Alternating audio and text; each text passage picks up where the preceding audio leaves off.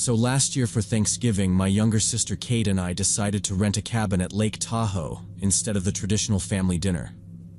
We both needed a reset. She was in the middle of a divorce, and I was a 29-year-old graphic designer who'd started waking to phantom email pings. We picked a one-story place about half an hour from Truckee. 2 bedrooms, wood stove, water view. A local agency handled it. Wednesday afternoon, we arrived to freezing air and a skim of ice on the cove. No neighbors in sight, just trees and a narrow road. We unpacked. I got the fire going. Kate made a simple dinner. By evening, we were on the couch with wine, tossing out lazy plans. Around 10, she stepped onto the porch to smoke, then came right back in. "There's a flashlight in the woods," she said. It flicked off. I checked through the window. Nothing. I said it was probably hikers near the water. We locked up and went to bed after midnight. I woke first on Thanksgiving. In the kitchen, a white sheet of paper was half under the door. It said, in printed block letters, "You are on private land. Leave before sunset." No signature. I woke Kate. We called the owner through the agency. He sounded annoyed but sure. The land was his, paperwork current. He said locals sometimes tried to scare renters off on holidays. "Ignore it," he told us. "If anything else happens, call me." We stayed. We cooked turkey, walked the shore with coffee, kept off the ice when it creaked. At 6, it was already dim. We were finishing dinner when something hit the porch, stone on wood, a hard pop. I looked out. A fist-sized rock sat on the top step. Nobody there. Kate said, "We're not alone," and picked up her phone. I checked the side windows. Only trees, only our reflections. She called the local police. The dispatcher said a car was free but at least 40 minutes away in the next town. "Stay inside, lock the doors, pull your curtains." We did. I slid the deadbolt, pushed a chair under the back knob, drew the curtains tight. 10 minutes later came a metal crash from behind the house. Kate jolted and dropped her fork. I opened a gap in the living room curtain. The galvanized trash can was rattling. An older man in a plaid jacket stood there, hitting the can with a stick like he wanted noise. Then he kicked it over. Garbage spilled across the ground. He was yelling, but not words I could make out. He waved his arms and pointed at the house, like he expected us to come out. Kate whispered, "Is he drunk?" I told her to stay low. He walked straight to the living room window and pressed both palms to the glass, face cupped to see in. We stepped out of sight, backs against the wall. My phone buzzed and I killed the sound. He stayed there 30 seconds. I counted. Then he turned and walked toward the road. Only then did I see the pickup. Dark, older, parked on the shoulder without lights. I hadn't heard it. He dropped the tailgate and reached in. He pulled out a long-handled tool and set it aside, then leaned in deeper. Kate whispered, "Is the cop really coming?" I said, "Yes." "We just have to sit tight," I texted the owner instead of calling. Note plus rock plus man at window plus police en route, and set the phone face down. The man paced by the truck, talking to himself, glancing at the house like he was measuring. I told Kate that if he tried a door, we'd move to the hallway and wait for the cruiser. She nodded. I thought about the note's deadline and realized whoever wrote it planned for us to leave, not call anyone. The rock and the banging felt like steps on a list. He climbed onto the bumper, leaned into the truck bed with both arms, and hauled something heavy toward him. He hopped down, turned, and I saw it clear in his hands, heavy and very sharp. Got an axe from the bed. I dialed 911 again and said it was urgent. The man was armed with an axe. The dispatcher asked if we were safe and told me she was redirecting the nearest patrol right now. "Stay on the line," she said.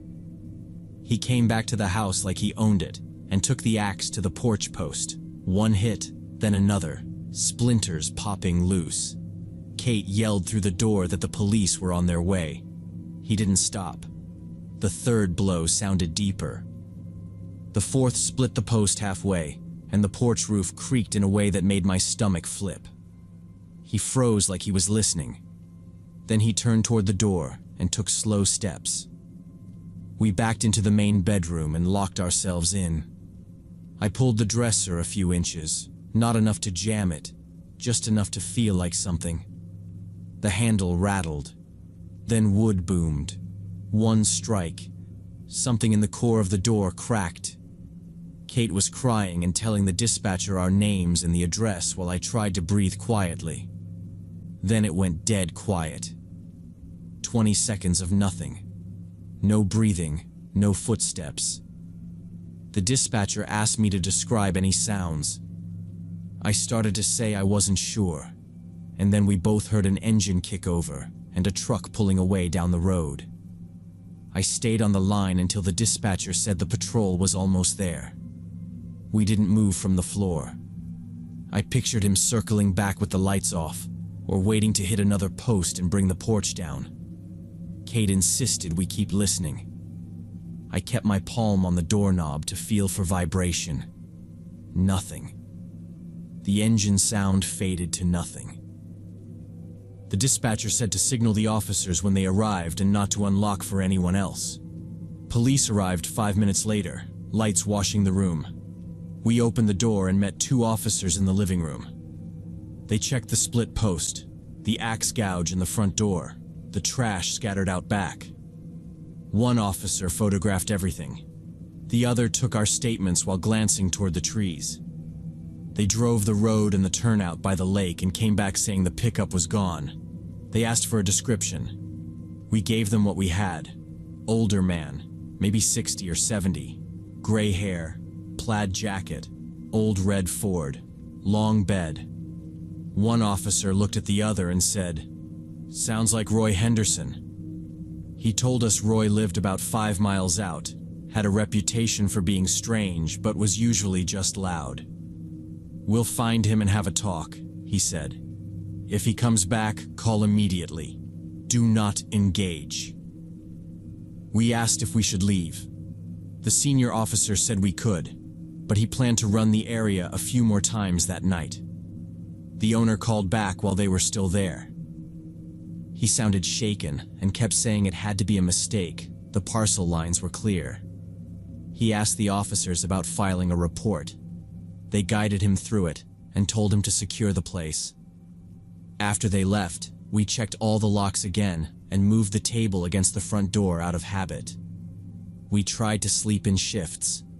In reality, we just lay there, staring at the ceiling and waiting for engine noise, for the sound of feet in gravel, for anything. Every little pop from the stove had Kate sitting up with her hands clenched. I stayed on the couch with the porch light on. At first light, we packed and left without waiting for the rental to end. We dropped the keys at the agency lockbox and drove straight to a coffee place in town, where the owner met us. He returned the money on the spot and said he'd sue Roy for property damage. He promised to add cameras, motion lights, a new fence, and to warn future renters about a local busybody. Later that week, the police told him they found Roy and spoke to him. Roy denied everything. He said he was home all evening and that he didn't own an axe. No one could place his truck near the cabin. No video, no plate, no prints that held up. Just our statements and a broken porch. The report sat for a while, and then it was closed for lack of proof. The owner sent us photos of the new fence and cameras. We thanked him and told him we wouldn't be back.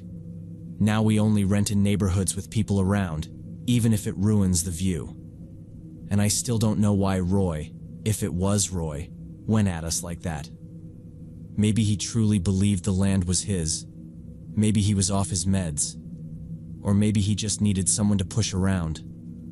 What I can't shake is how fast it went from a note under the door to an axe at the house, and how thin that door suddenly felt when it mattered.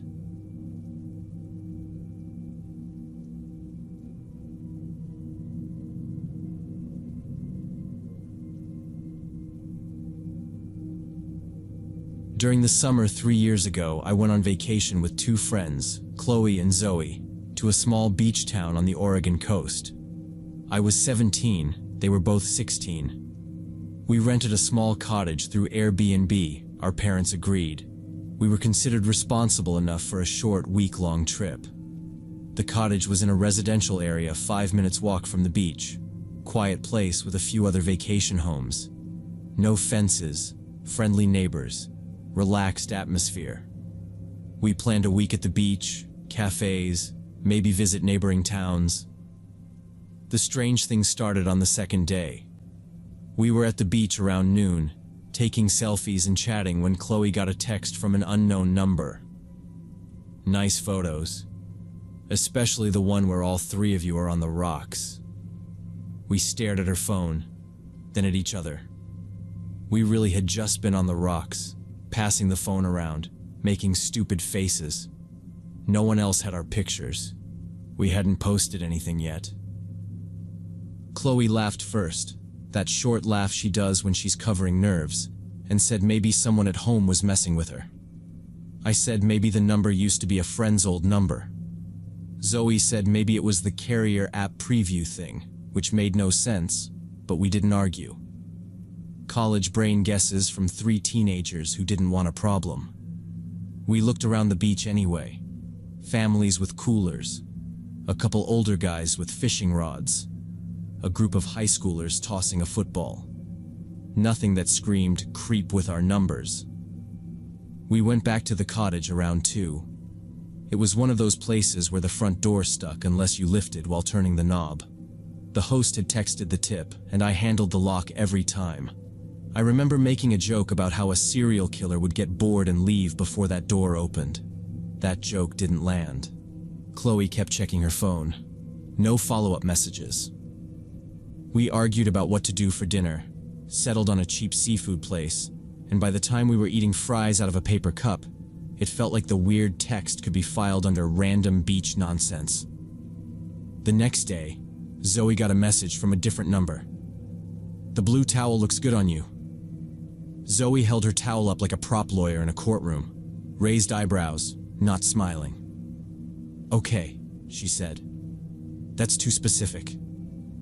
We scanned the beach again, slower this time, trying to not look obvious. Same scene as before. Sunburnt dads, toddlers eating sand, lifeguard blowing his whistle at no one in particular. Chloe typed, "Who is this?" to both numbers. No answer. We stayed together, walked back together. No detours, no shortcuts through alleys. We weren't reckless kids. Our parents didn't raise us like that. Back at the cottage, we talked rules. Phones on loud, door locked, curtains at night. I texted my mom a normal update and almost added a line about creepy texts, then deleted it because I knew exactly what would happen. 4 calls, trip canceled, rides arranged within the hour. We weren't unsafe. It was annoying and unsettling, but not an emergency. That's what we told ourselves. That evening, I got my first message. "You're staying in the blue cottage on Maple Lane, right?" That was our address. I didn't laugh. I put my phone on the table like it burned me. We stared at the text, like there was a second part coming that made it not terrible. Chloe said, "Okay, that's not funny." Zoe said, "We should call someone." I called the Airbnb host. She answered on the second ring, sounded tired but concerned. I explained the texts without dramatics. She said the neighborhood was safe, she'd had no issues, but to keep everything locked and to let her know if we wanted her husband to drive by later. That helped a little. We checked the windows, the sliding back door, the flimsy shed latch. I put a chair under the front knob, which made us feel like we were doing something. We did not go out after dark. The next 2 days, there were no messages. We kept the same precautions, but we also exhaled. We did a day trip to the pier in the next town, bought coffees we didn't need, and tried to make the week match the plan we'd sold to our parents. I caught myself laughing again at nothing. On the 6th day, our second to last evening, We decided to explore an old observation tower on a hill behind town. The idea came from two guys working at a cafe, college kids home for the summer, bored and friendly. "It's an easy climb," one of them said. "You get the whole coast from up there." We Googled it enough to confirm it existed and wasn't some prank. Wooden, tall, public lookout. No fee, just a short trail. We left around 7:30 because we wanted sunset. It took maybe 15 minutes from the trailhead. The path ran behind a row of houses, then cut into scrub, then the tower showed up. Exactly what we expected. Weathered boards. A sign warning not to climb in high wind. The town below looked small and harmless from there, like a model. I remember thinking how dumb it was that a text could ruin a week, and how I wasn't going to let it. We climbed up around 8 when the sun was already setting. The view was amazing. We were taking photos and videos. Then all 3 phones got the same message simultaneously. Great view from the top. We looked at each other in horror. If it hit all 3 at once, the sender was close. I said, "We go now." No one argued. We headed down, gripping the rail. Halfway, Zoe squeezed my wrist and pointed. In the shrubs at the base, a figure in dark clothes stood with a phone raised, recording. When they realized we saw them, they lowered the phone and didn't move. No talking. Just a shape that didn't care we'd noticed. We took the last steps together. The person didn't come closer. We turned onto the trail and ran. Not a full sprint, roots and gravel, but fast enough. I watched Chloe's backpack and waited for a grab that never came. Branches hit our arms. The tower vanished behind trees. Footsteps hit the path behind us, steady, then closer. "Don't look," Chloe said. She was right. The trail split. Right went to town. We took right. The steps kept tempo for a bit, and then stopped. That stop felt worse than the sound. A porch light showed between trunks, then another. Dirt turned to pavement. We reached the first street light and stopped, bent over, phones in our hands. Cyclists passed. A couple walked a dog. A kid rolled by on a scooter. Normal life like nothing had happened. "Police," Zoe said. We nodded. None of us suggested going back. All 3 phones buzzed again. New message. "Why run away? I just wanted to meet that killed any doubt." We went to the station and told everything. We showed the messages, read the numbers out, explained we hadn't posted photos, and still got texts about towels and our address. The desk officer listened, asked if we'd seen a face. Number. Asked if anyone had approached us earlier. Number. He said they'd try to trace the numbers, but they were probably disposable SIMs. He suggested a patrol escort back to the cottage to pack and leave early. It felt like throwing away the trip, but it made sense. He radioed a unit. A marked car arrived.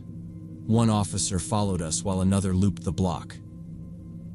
At the cottage, he checked the yard with a flashlight, the shed, the back slider. No signs of entry. He stood by while we packed. We kept it simple. Clothes, chargers, wallets, meds, food that wouldn't leak. It took 20 minutes. We locked up, thanked the officer, and he offered to trail us to the highway. We said yes. We left that night instead of morning. I texted the host that we had a safety issue and were checking out early.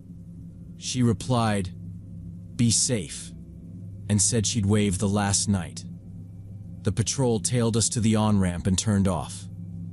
The drive home was quiet. We kept checking our phones. No new messages. Zoe asked twice if the doors were locked. I kept the speed steady and watched headlights in the mirror. We didn't stop until we were past the county line. We never told our parents the full story. We said the weather turned, and we came back early. A week later, the police called. The numbers were disposable, impossible to trace. No useful cameras covered the trail, and nearby houses didn't have helpful footage. The case was closed for lack of evidence. That was it. No name, no face. We were lucky nothing else happened. I still think about it. Who was it? How long had they been watching us before the first message? What would have happened if we hadn't run from the tower?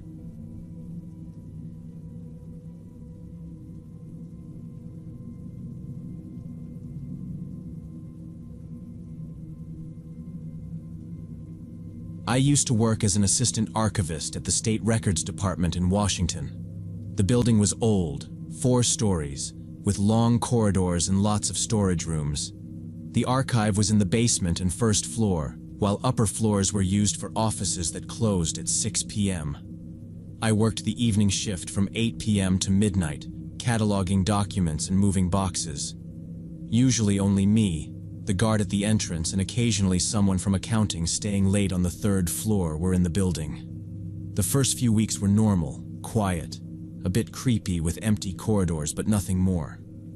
I got used to the old building creaking, pipes making noise, doors occasionally slamming from drafts. But in October, strange things started happening.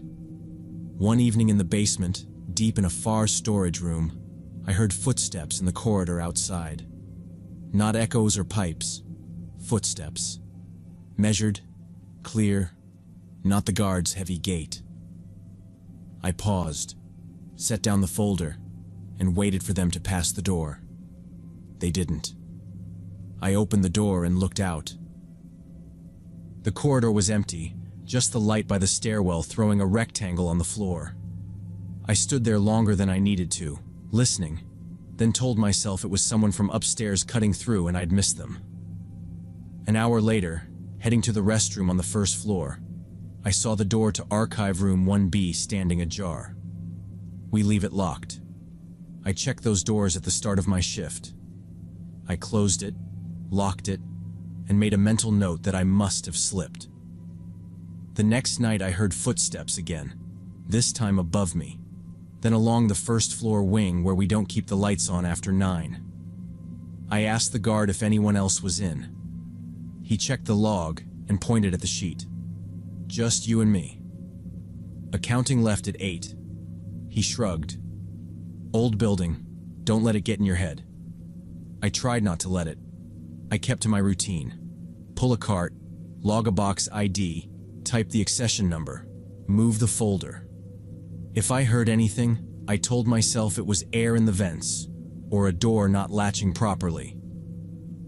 But the next week, on Monday, I walked into the first floor sorting room, and the table I always leave centered under the light was shoved tight against the wall.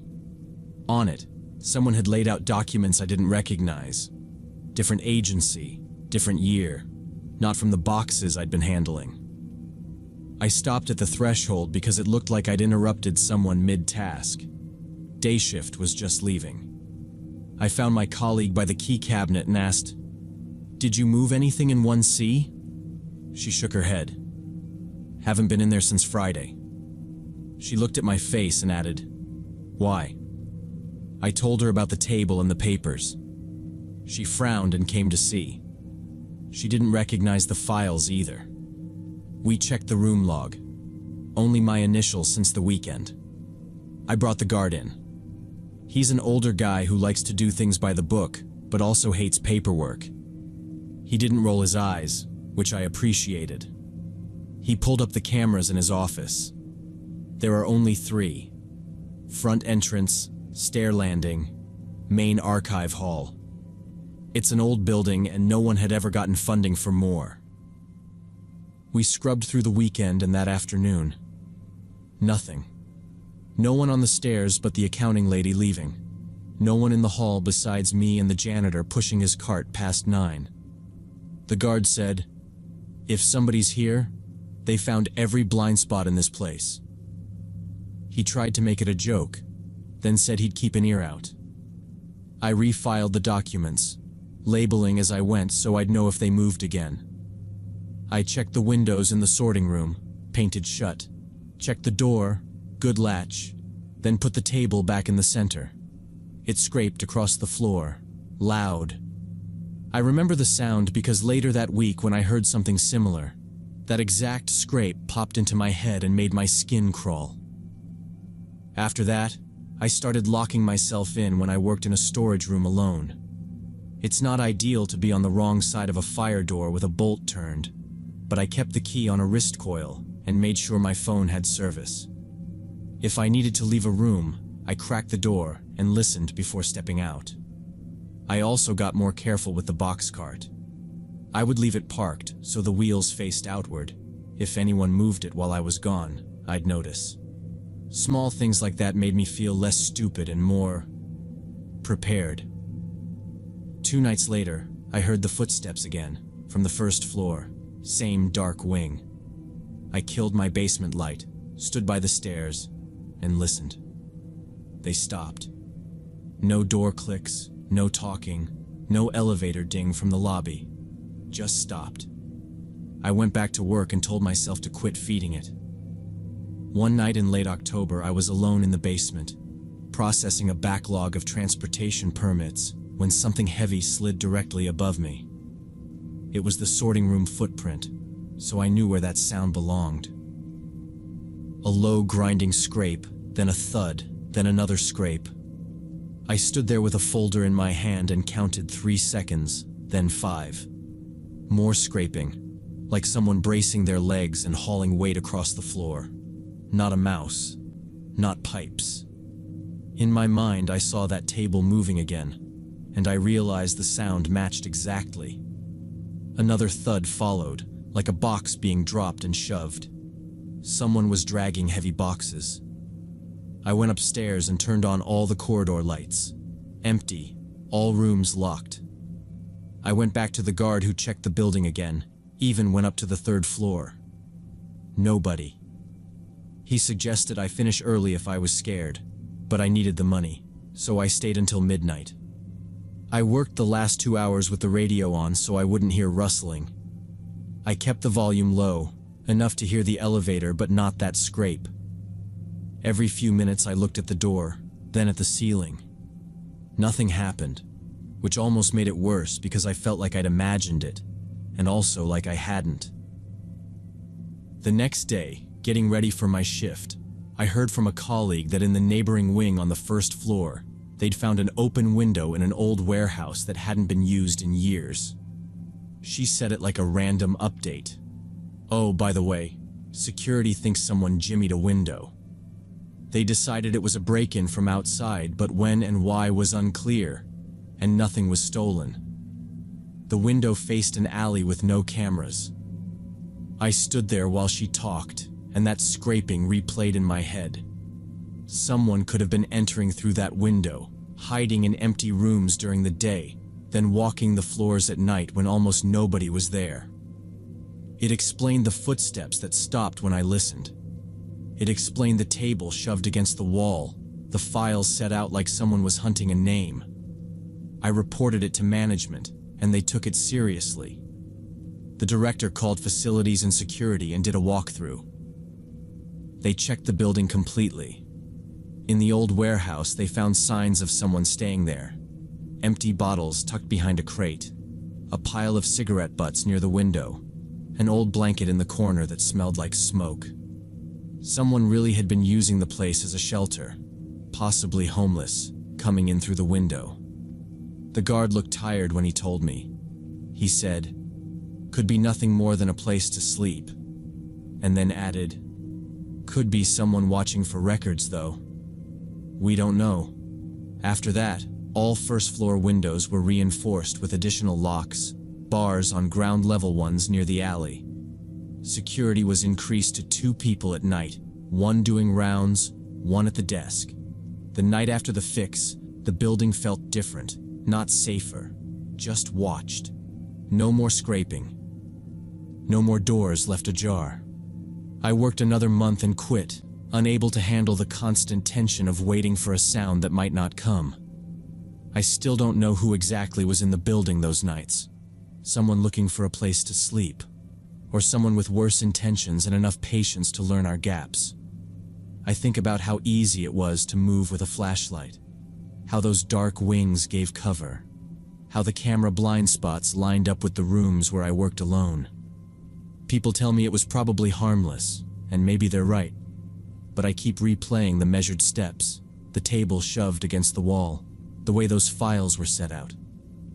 I hate the thought that a stranger watched me move through that place, learned my habits, waited for the lights to go off.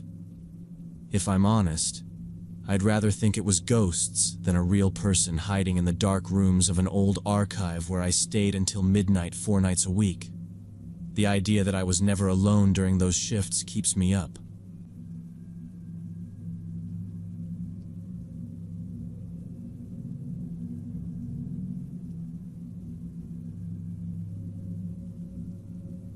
I worked night security at the university library for 3 years before this happened. My name's Marcus, and if you've ever done the graveyard shift, you know the drill.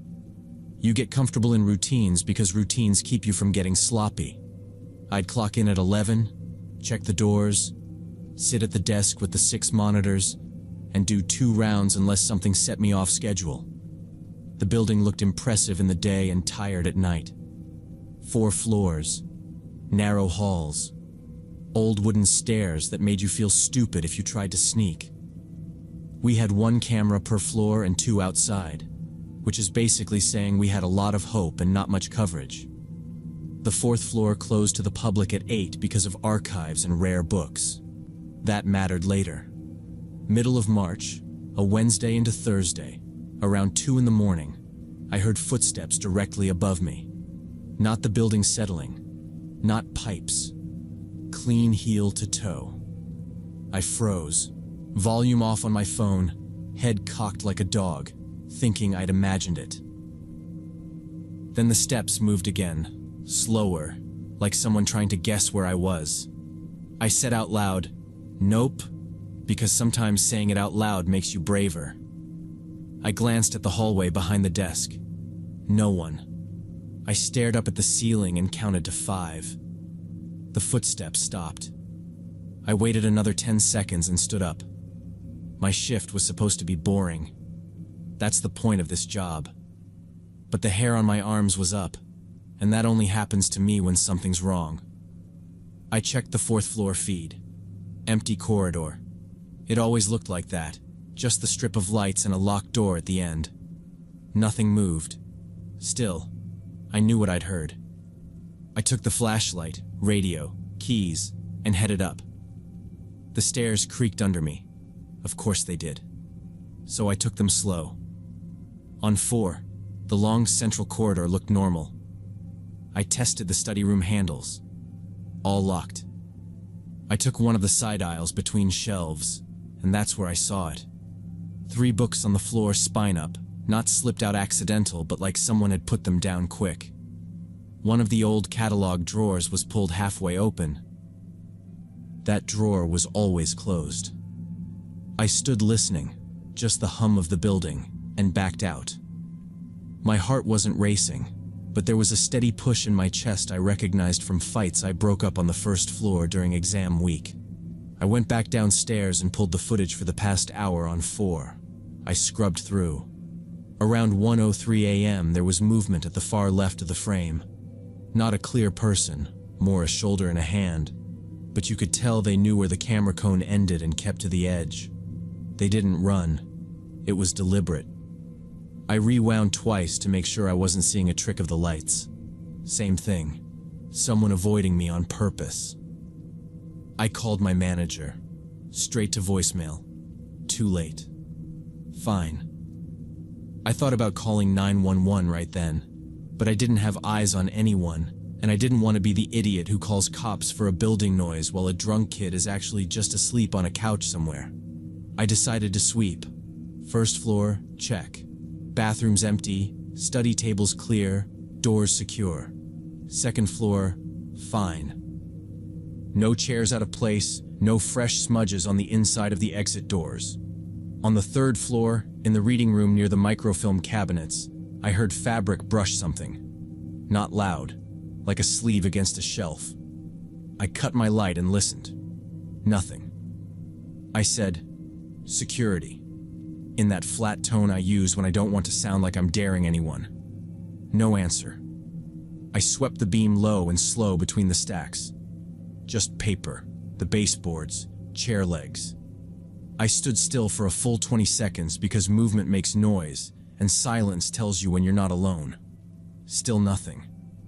Then every emergency light in the building went out at once. Not a flicker, a click, and then black. Real black. The kind where you think you hear the building breathing because all your brain wants is a sound to hold. The flashlight felt slippery in my hand. I didn't wait to be a hero. I turned, found the handrail with my wrist, and moved fast down the stairs, counting steps so I didn't eat it.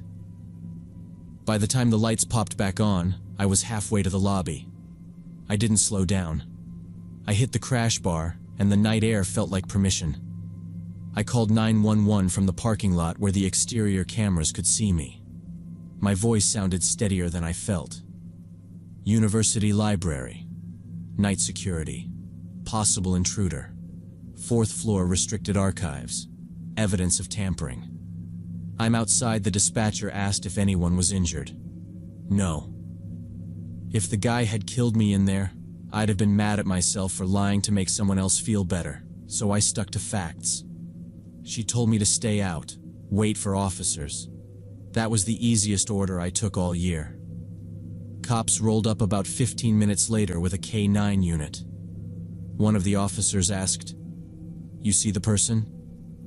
I said, "Just on the edge of the camera, and I heard them on 3. He nodded like that made sense. Dogs went in first. Even at stupid o'clock, you could feel the building finally being someone else's problem. I stood by the patrol car answering basic questions.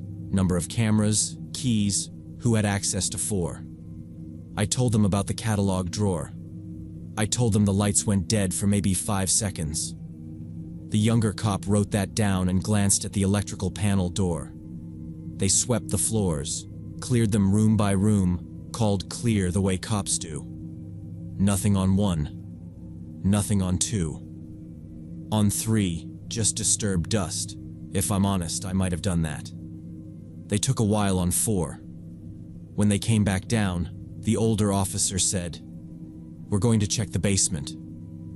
I'd been down there plenty, maintenance level, boilers, storage. Nobody liked it. The K9 pulled hard halfway down the corridor and whined at a caged maintenance room. They cut the lock. Inside were empty food wrappers, a water bottle, a folded blanket stuffed behind a stack of paint cans, and a little pile of those tiny pencil stubs from the reference desks. There wasn't a person. Management pulled everything from the last 3 days and sat me in the tiny conference room across from HR. No nonsense, just coffee that tasted burned and a legal pad. We scrubbed hour by hour. Clear pattern. During regular hours the day before, a guy in a plain hoodie moved with a group of students heading for the stairwell at closing. He never went back through the gate. On camera, he drifted toward the stacks, then disappeared near a blind spot by the service elevator. After that, nothing until after midnight. We jumped to the late-night feeds. You could see the edges of him more than him. Elbows, a shoulder, one shoe crossing a threshold, then gone. He hugged walls, paused at corners, always just outside the arc. He never looked up at the lenses, which, to me, is as loud as staring right into them.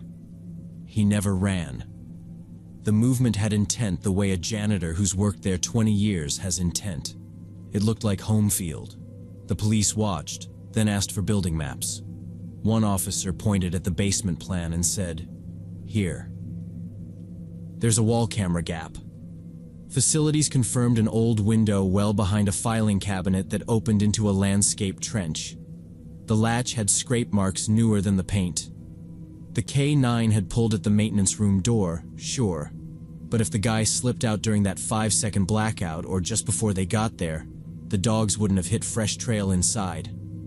The theory was former student or staff. Someone who'd done shifts there, maybe maintenance, maybe grad assistant, who knew the routes. They didn't catch him. That's the part that got under my skin worse than the footsteps.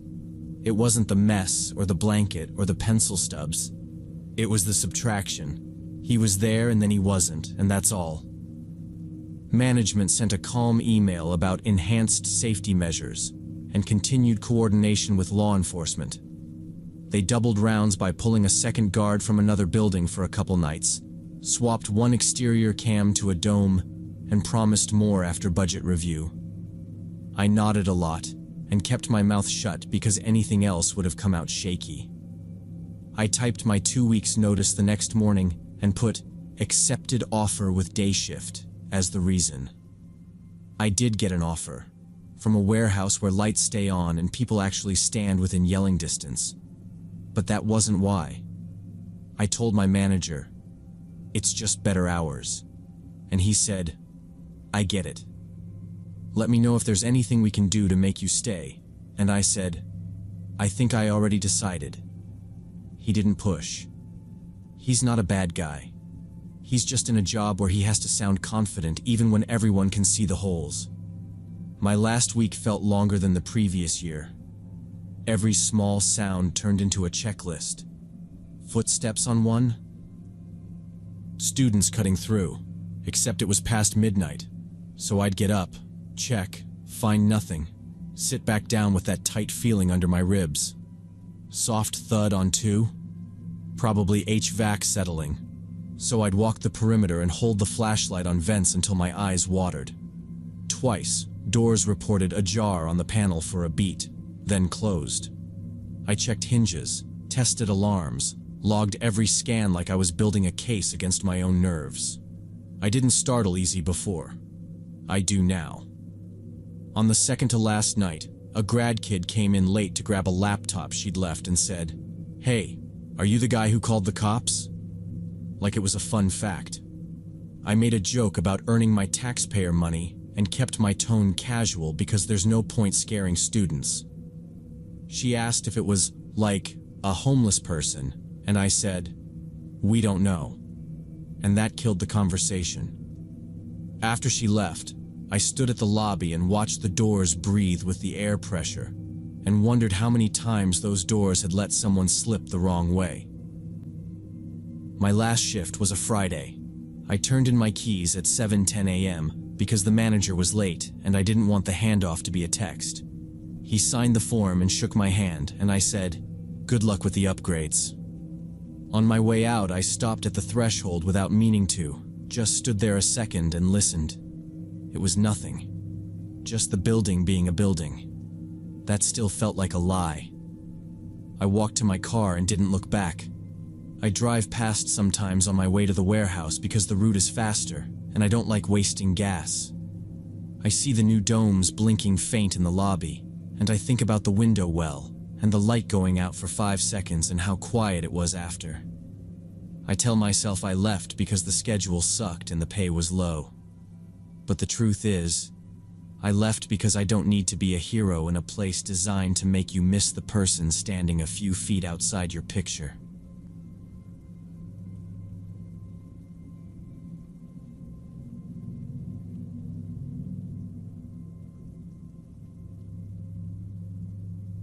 It happened in February last year on the highway between Springfield and Bloomington. I was driving back from a business meeting around 8 when my Civic overheated.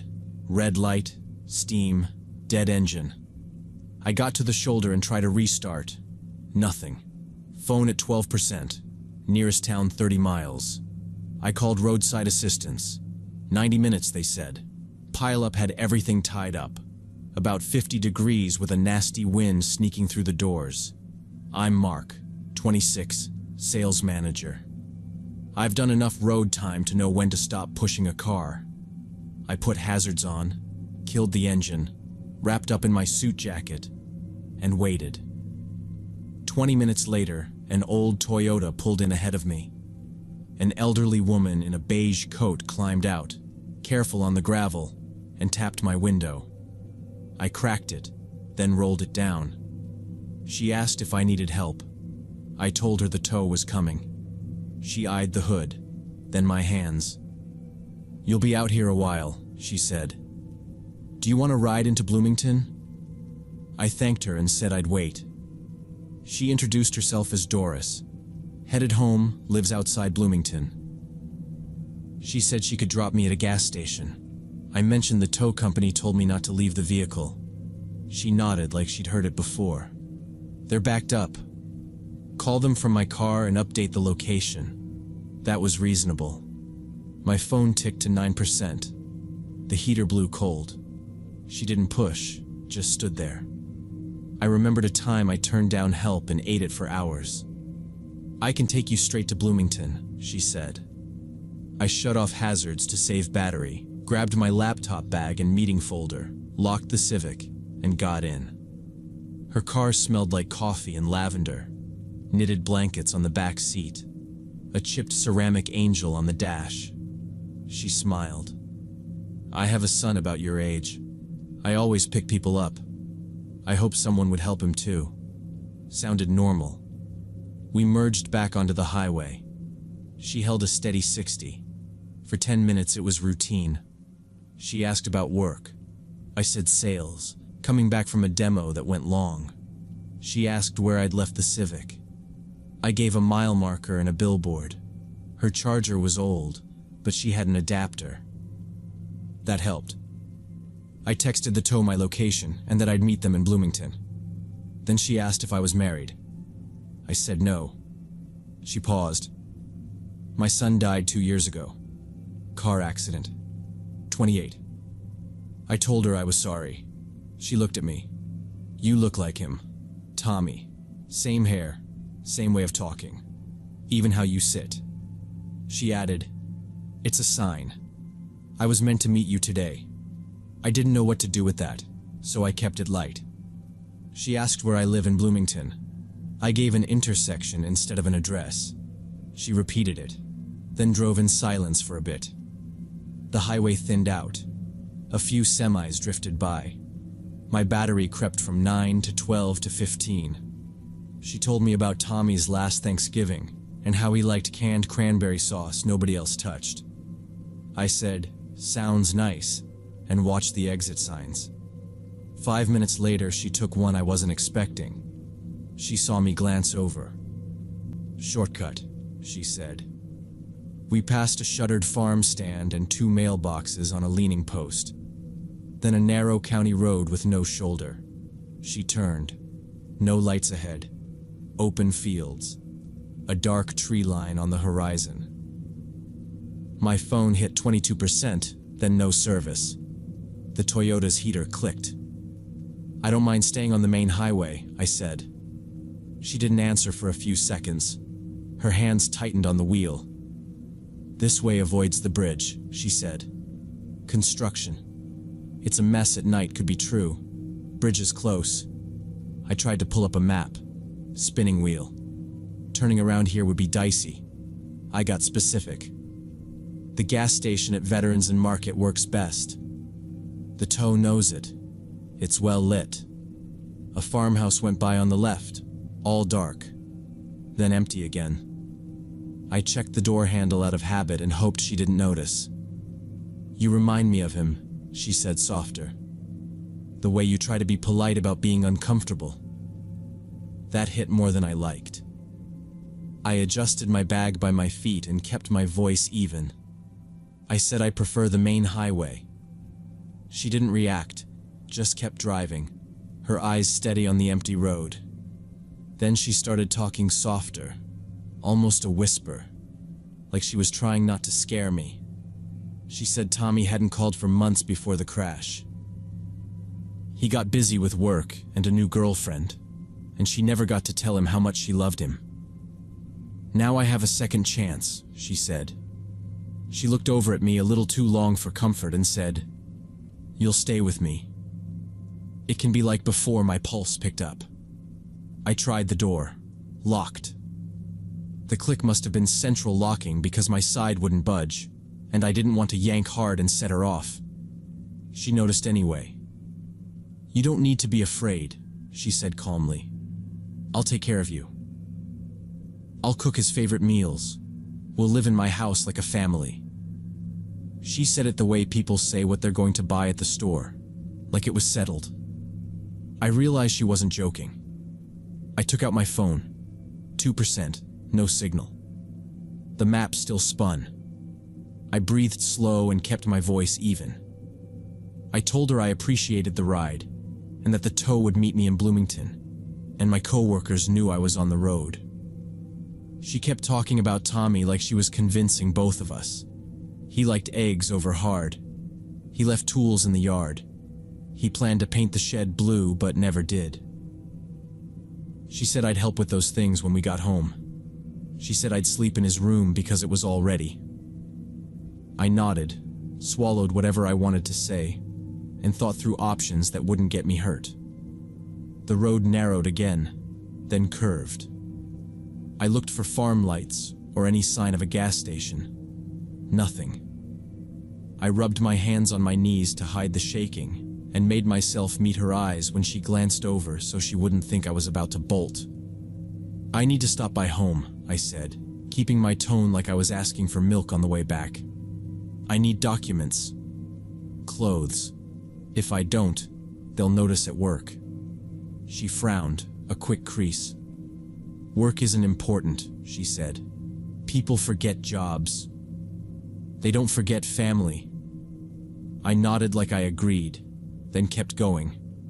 I told her I had a meeting in the morning. If I didn't show, they'd call my boss, then clients. People would start looking. There would be emails, maybe police welfare checks. I said, "You don't need that. Let's go to my place first. I'll pack. I'll send a resignation email. Then we can leave and no one will know I said it flat and practical." She drove on for a long minute without replying. We rolled past another dark field. She breathed through her nose, hands at 10 and 2. She asked what street. I gave the intersection again. She didn't argue, just exhaled. Then she turned the wheel. I felt the small relief hit my shoulders. We bumped along the county road back toward the glow I knew was the highway. She said I had 30 minutes. She would come with me. I said that was fair. We merged onto the main lanes and the lights felt like a lifeline. It wasn't long before signs for Bloomington showed up. I told her I needed to grab garbage bags for my stuff. Right then, a 24-hour place off the exit. She took it and pulled into the lot, parked under a camera, and killed the engine. "I'm coming," she said. I nodded and kept pace with her to the sliding doors. A security guard stood at the entrance, leaning on a podium. I stepped toward him like I was asking for change, kept my voice low, and said, "Please call the police. This woman kidnapped me." He looked past me at Doris. "What's going on, ma'am?" he asked. She blinked fast like she had dust in her eyes and said I was her son, that I'd had a shock. We were going home. I took out my wallet, showed my driver's license with a different name and different birthday. "I'm not her son," I said. The guard's face changed. He opened the little gate and waved us inside. He locked the door and picked up the phone. Doris started to cry. Not loud. Real crying that made her words stick. She kept repeating she only wanted to help me, that I looked so much like Tommy, that I needed a warm meal. The guard told her to sit. I stood by the counter and stayed where the cameras could see me. 2 officers came in around 10 minutes later. They separated us. I told them the whole route and how she turned off, what she said, the locked doors. She told them about losing her son and how I reminded her of him. They checked my ID, asked if she had a weapon, if she touched me. She hadn't. They spoke to the manager, took statements. In the end, they let her go. Lonely elderly woman, grieving, not a direct threat. They gave her a warning and suggested a wellness follow-up. They told me to be more careful, to wait with my vehicle, to call 911 next time. A tow finally reached my Civic near dawn. I watched Doris drive away slow, hands still at 10 and 2. I never got in strangers' cars again.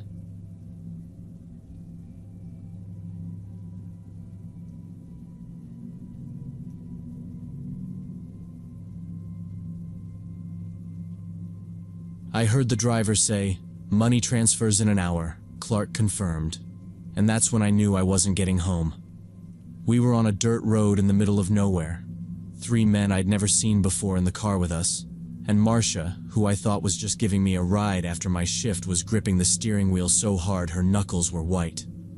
The guy in the passenger seat turned to look at me and said, "Hope this one's worth at least half." My stomach dropped so fast I felt lightheaded. This all started because the only taxi driver in town refused to drive out to the county at 6 a.m. I'd just finished a 12-hour night shift at the clinic, and I was desperate to get home to my daughter. Marcia, the medical receptionist who was close to retirement, had offered me a ride out of nowhere. She said she was going to visit her grandson in the next county anyway. I barely knew her. We'd only worked together 2 months, but I was exhausted and grateful. We left at dawn when the highway was almost empty. The first 20 minutes were normal. We talked about work, about kids, about nothing important.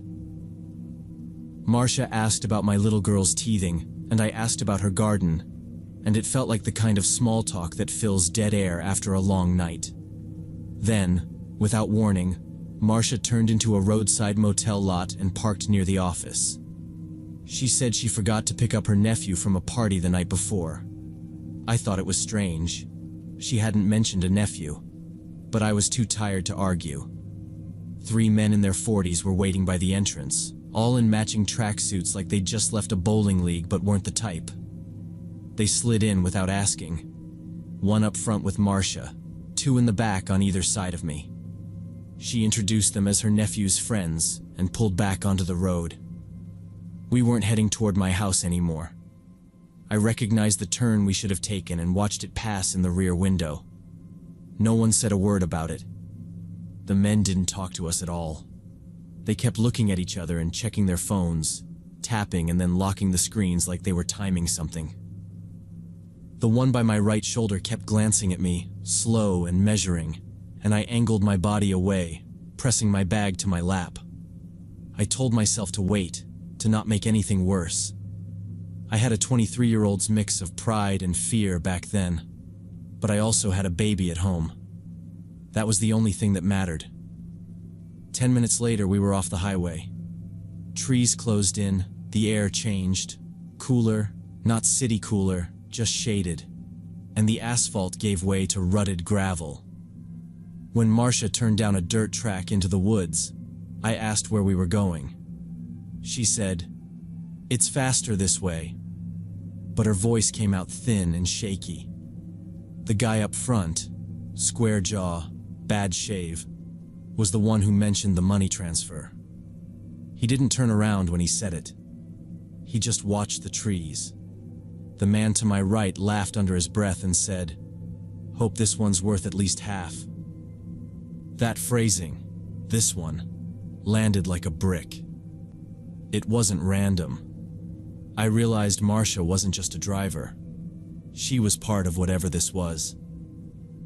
My heart started pounding loud enough that I was sure they could hear it. I kept my eyes down and slid my fingers along the door seam until I found the handle. I tried to lift it with my fingertips so it wouldn't click. The man on my left moved faster than I expected, clamping his hand around my wrist. It hurt, a real grip, not a warning. He hissed, "Sit still." I did, because the math was simple. 3 men, 1 road, no traffic, no houses. I glanced at Marcia. She was staring dead ahead like she could will the road to end sooner. "Jeff, I didn't sign up for this," she blurted, not looking at him. "She has a kid, a little girl." My throat closed up. Hearing her say it made everything sharpen. They knew I wasn't alone in the world.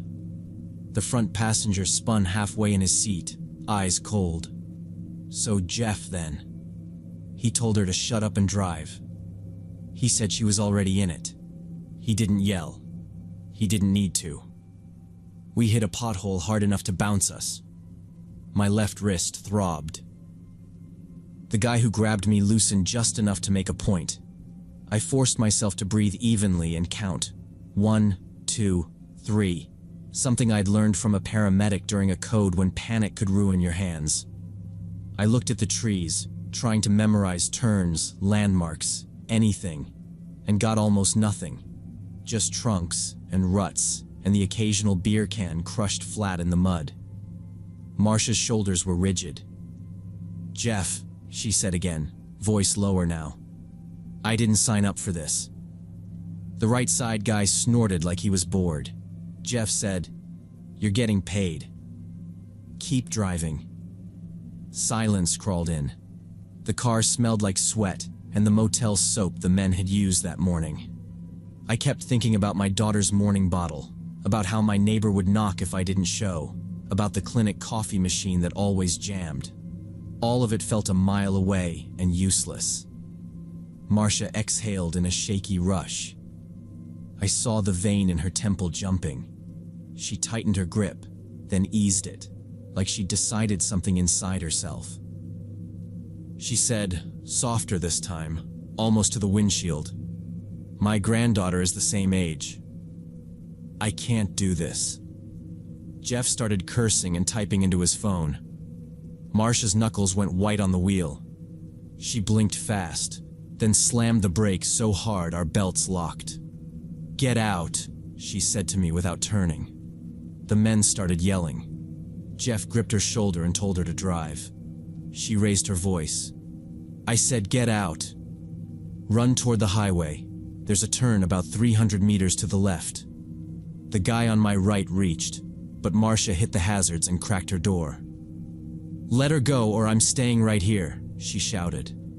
I yanked my handle, shoved the door, and jumped. I ran into the trees without looking back. Branches snapped under my shoes. I heard doors slam. I cut downhill through brush, knees high, trying not to trip. The car revved, paused, revved again. Someone yelled my name from the road. I didn't answer. When the engine faded, I kept moving until the trees thinned and I saw the highway. I slid into a ditch, scrambled up, and waved arms at the road. A farm truck braked and stopped. The driver cracked the window. "You okay?" he asked. "Please take me to the nearest police station," I said. He scanned me, scrubs, scratches, empty hands, and unlocked the door. "Get in." Seatbelt. I climbed in shaking. He watched the mirror and asked what happened. I told him I'd taken a ride from a coworker. 3 men got in at a motel. They turned onto a dirt road, and she told me to run. He nodded and said he'd had a bad feeling when he saw me waving. At the station, they sat me in a small room. I told it all from the start. They photographed the bruising on my wrist. I gave them Marcia's full name, the clinic, the motel, the tracksuits, and the lines I remembered: money transfer and half. I tried to recall the plate and got 3 numbers I wasn't sure about. I drew the dirt turn. They put out a bolo and called the county.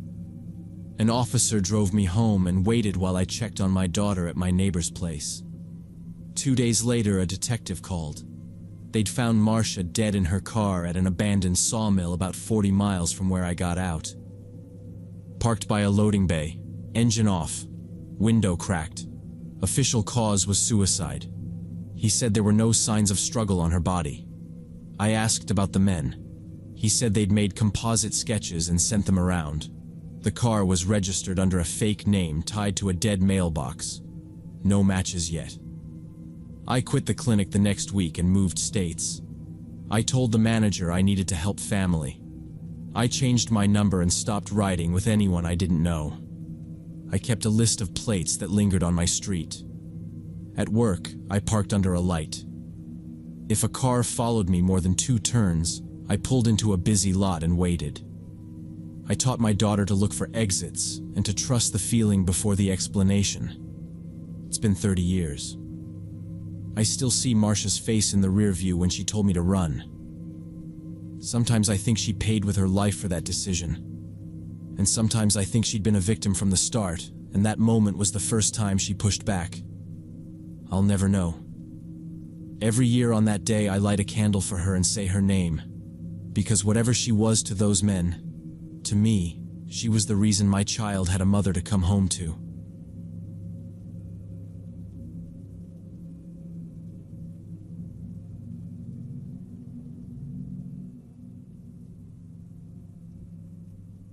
During the summer of 2013, I rented a studio in a 3-story complex in Tempe, Arizona. I was 23, second year of grad school for bioengineering, and I picked the place because it was 10 minutes from campus and had interior hallways with a concierge until 8. It felt grown up, like I was doing everything right. Most people in the building were graduate students or young professionals. Across from me lived a woman and her little girl, Mia, and I later heard, Sophie. We'd pass in the elevator, say hello.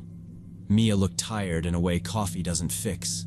Pale face, deep under eyes, and this constant guarded posture.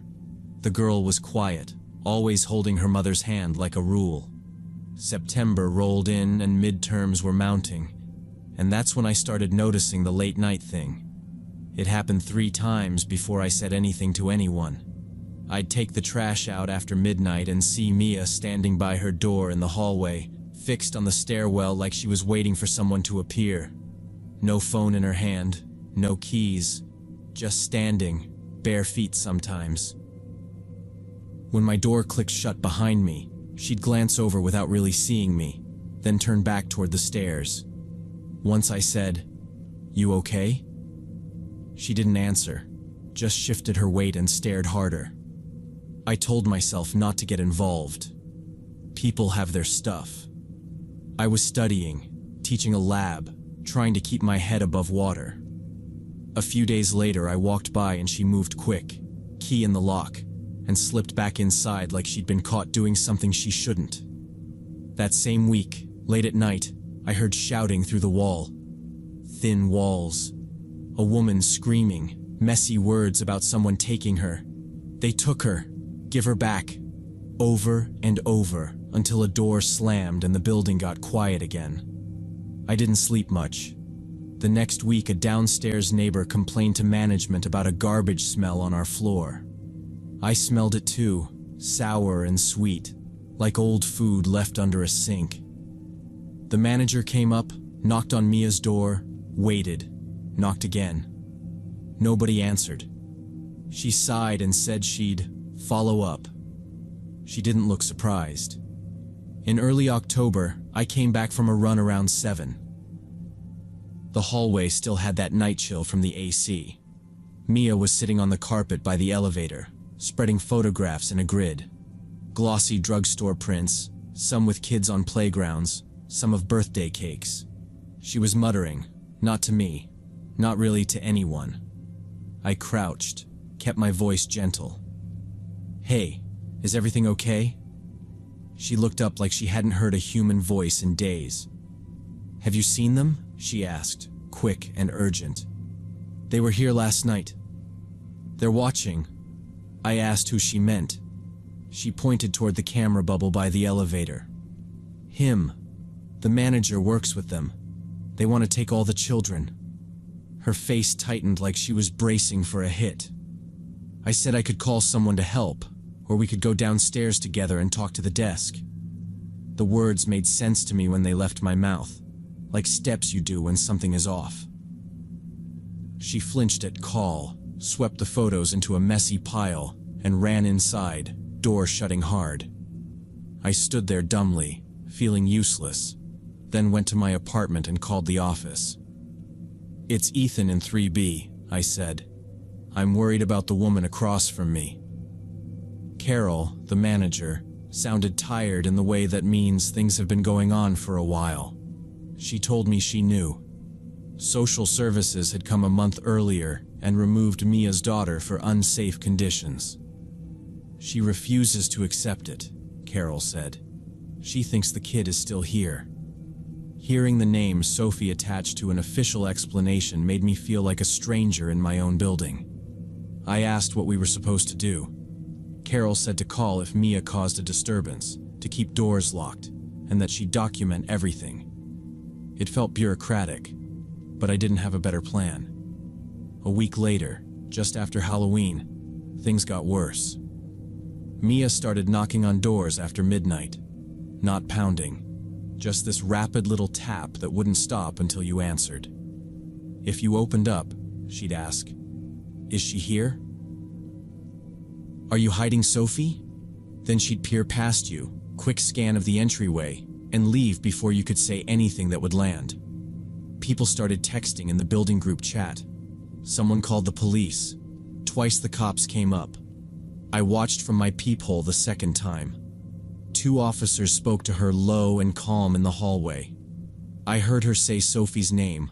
I heard the word camera again. They were patient, I'll give them that. After a while, they walked her back toward her door. No arrest, no handcuffs.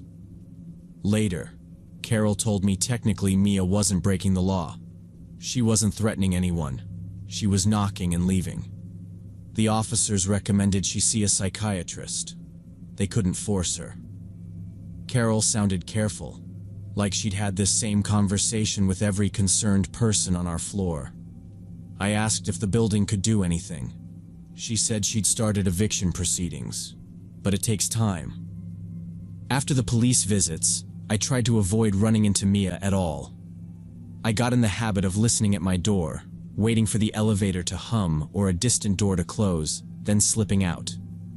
It felt ridiculous, like I was a kid sneaking out past curfew.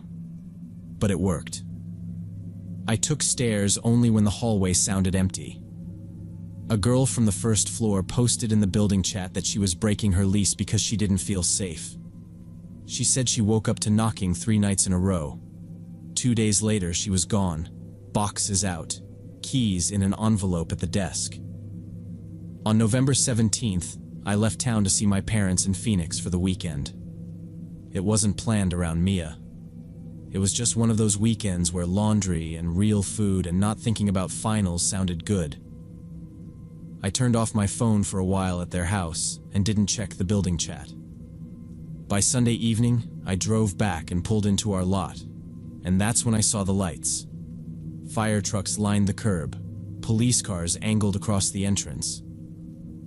People from the building stood outside in hoodies and sandals, some holding their pets, all with that stunned look.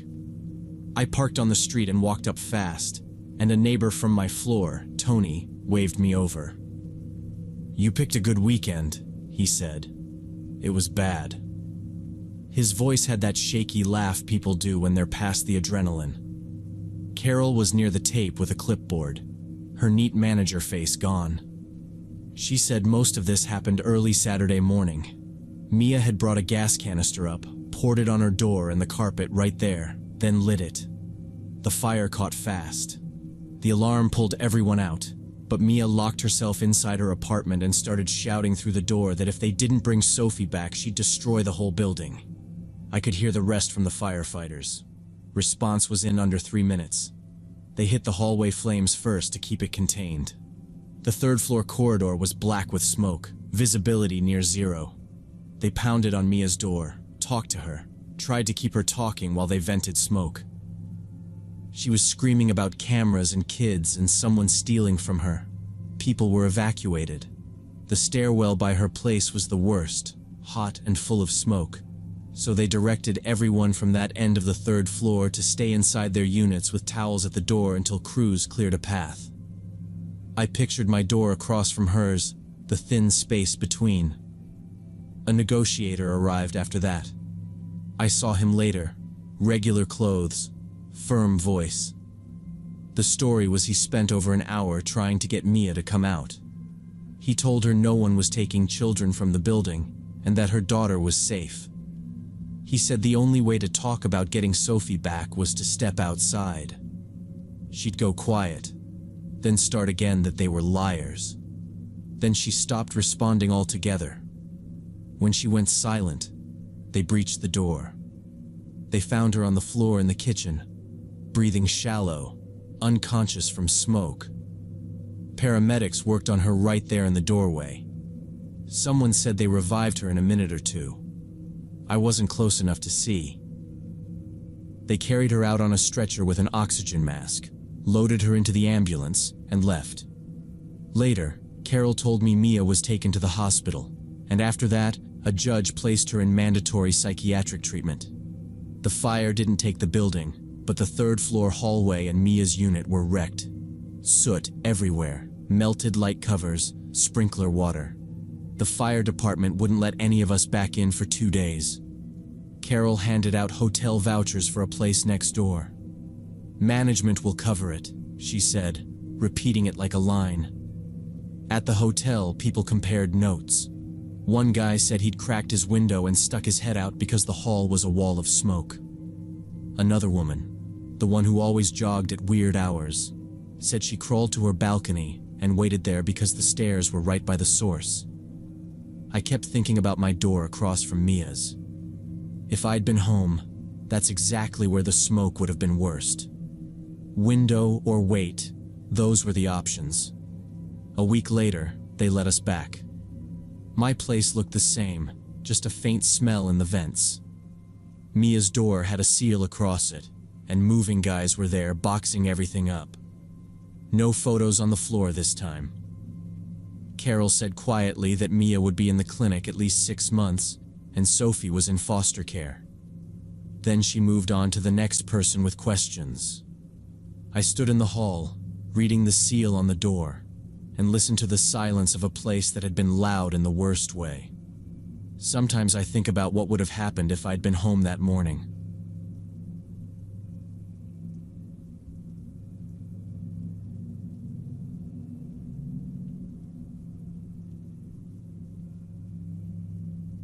About 5 years ago, when I was 25, I was renting the first floor of a duplex on the outskirts of town in Arizona. The house was old, built in the 60s, with high ceilings and large windows facing an empty lot. An elderly couple lived upstairs, and I barely saw them.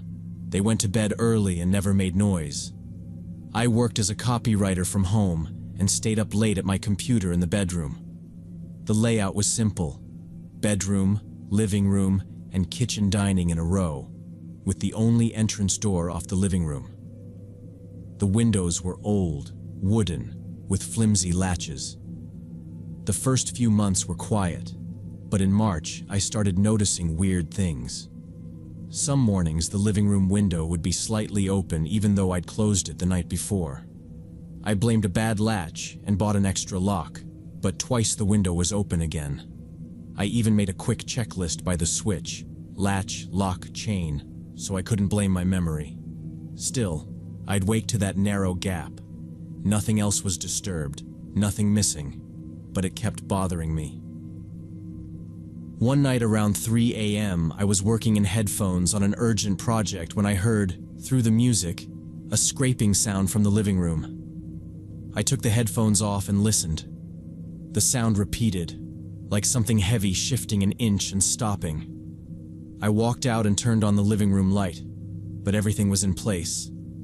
Window, closed. Door, locked with the chain. Figuring it was outside noise, I went back to work. About 30 minutes later, I heard a new sound, a slow, rhythmic tapping, like someone carefully tapping on glass. This time, I got up quietly, grabbed a baseball bat from the shelf, left over from college, and went into the living room without turning on the light.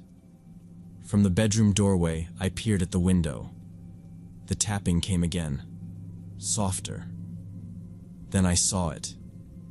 A human silhouette outside, close to the glass, one arm raised, working something between the frames, trying to flip the latch from inside.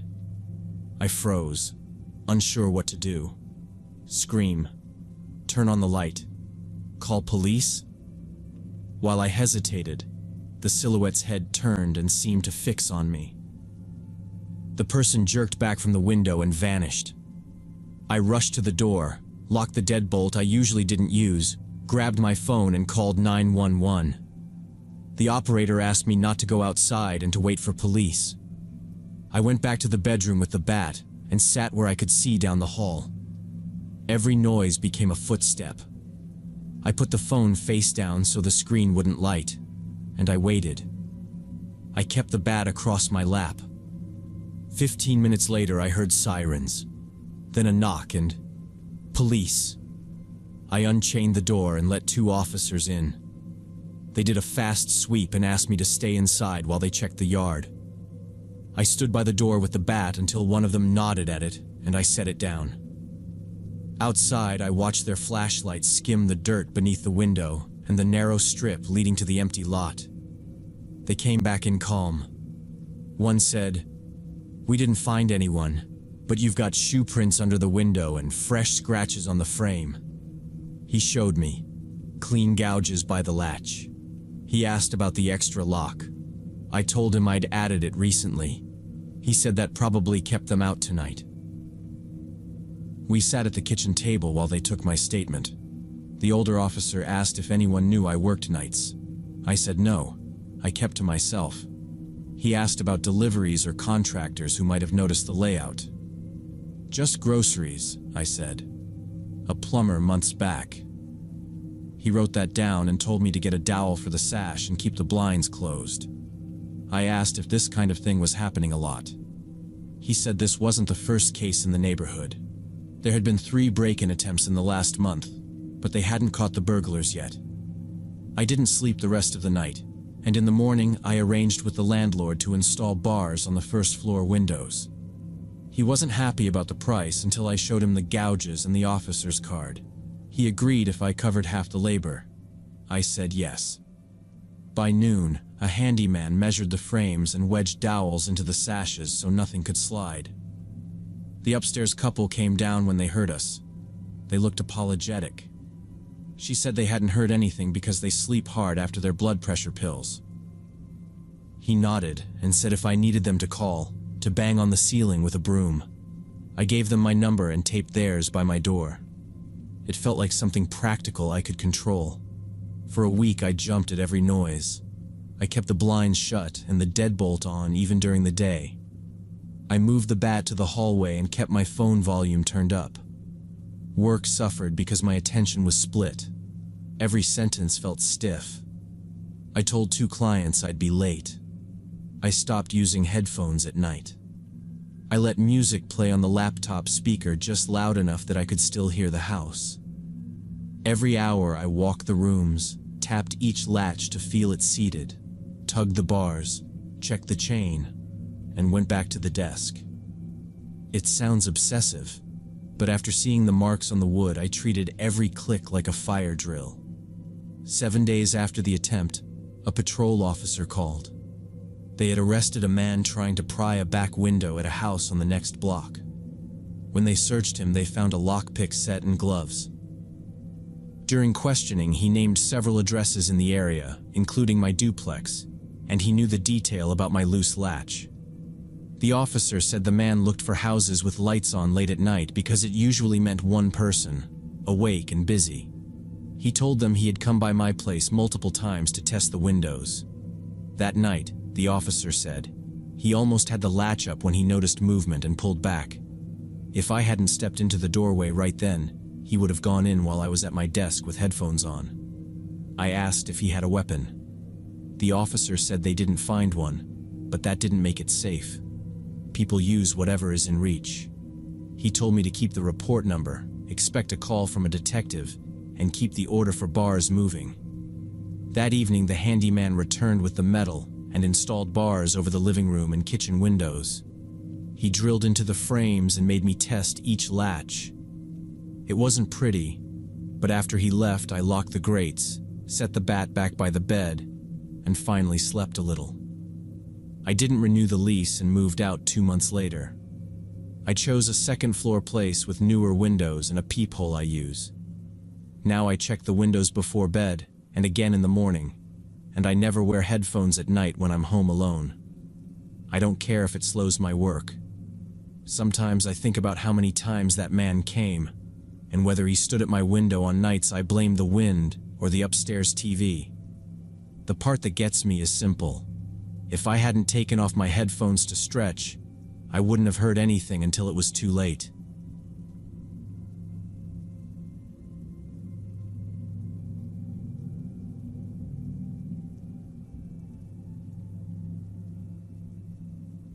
Back in 2009, when I was 30 and fresh off a bad divorce, I took a job as a night security guard at a warehouse in an industrial area outside Detroit. I needed money fast, and this 11 p.m. to 7 a.m. shift was the only option. The pay was decent, but the area had a rough reputation. First few months were quiet, just watching cameras, doing rounds every 2 hours, reading between checks. My guard booth sat right at the entrance gate with a clear view of the empty street and a 24-hour car wash across from us. That car wash became a problem once the weather warmed up. I kept the gate locked unless a truck was scheduled, logged license plates, and did what the company trained me to do: observe, document, avoid confrontation. My divorce lawyer kept emailing about paperwork, and I was trying to be the guy who shows up and doesn't make waves. The only human contact most nights was the clerk at the all-night gas station 2 blocks down, who'd wave when he took a smoke break. Once in a while, a stray dog would nose at the chain link and set off the motion sensor, and I'd do a lap and pretend that counted as cardio. But I started noticing small things that felt off: cars slowing past our gate, the car wash lights flicking on at weird hours, a sedan idling at the corner with no one getting out. When I told my supervisor, he said to write it up and not to engage. Every night, Friday through Sunday, the same group of 6 or 7 guys would show up in expensive cars. They parked under the car wash canopy, smoked, blasted music from portable speakers, and took turns gunning engines down the empty street. They weren't washing anything. I called the cops twice, got put on hold once, and the other time a patrol car rolled through after everyone had already vanished. The night a cruiser actually turned the corner with lights on, the guys split fast, waited out of sight, then cruised back like nothing happened. After that, they started looking toward my booth in a way I didn't like, not yelling, just that held stare. I kept the shades half down and stuck to policy: observe, document, avoid. A couple times I heard a bottle break by the curb and waited it out before I did my rounds. Getting into it with guys who had more friends and better cars than me wasn't smart, and I needed the paycheck to keep the apartment. The car wash owner never showed at night, and the property manager said the lot wasn't ours, so it wasn't our fight. Still, the vibe got worse. Once, when I stepped out to unlock the gate for a delivery, one of them yelled, asking if I worked alone and if I liked my job. I told him I was on camera and so was he, and he laughed and asked if the camera could fight. One Saturday around 2 a.m., I was doing my regular patrol of the warehouse grounds when I heard shouting from the car wash. It wasn't music shouting. It was the kind that makes people put hands up like they're calming a dog.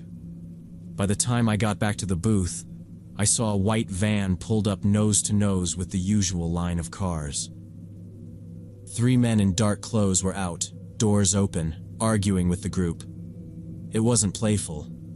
2 of the guys from the cars had their palms up, talking fast, another pacing, and everyone kept looking around like they were waiting for who else might show. I picked up my phone and stepped behind the door so the glass would cover me while I dialed.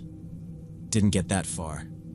One of the men from the van lifted his shirt with one hand, pulled a gun with the other, and fired twice up into the air. The shots cracked across the lot. My mouth went dry and the keypad blurred under my thumb. Everyone froze. He dropped his aim to chest level. Then he fired toward the group. I saw the muzzle flash in the dark. One of the guys dropped to the ground. The others took off in different directions, behind the vacuums, over the curb, anywhere not in the line of fire. The shooter and his people jumped back in the van and ripped away with screeching tires. From the first shout to the last shot, the whole thing took maybe 10 seconds.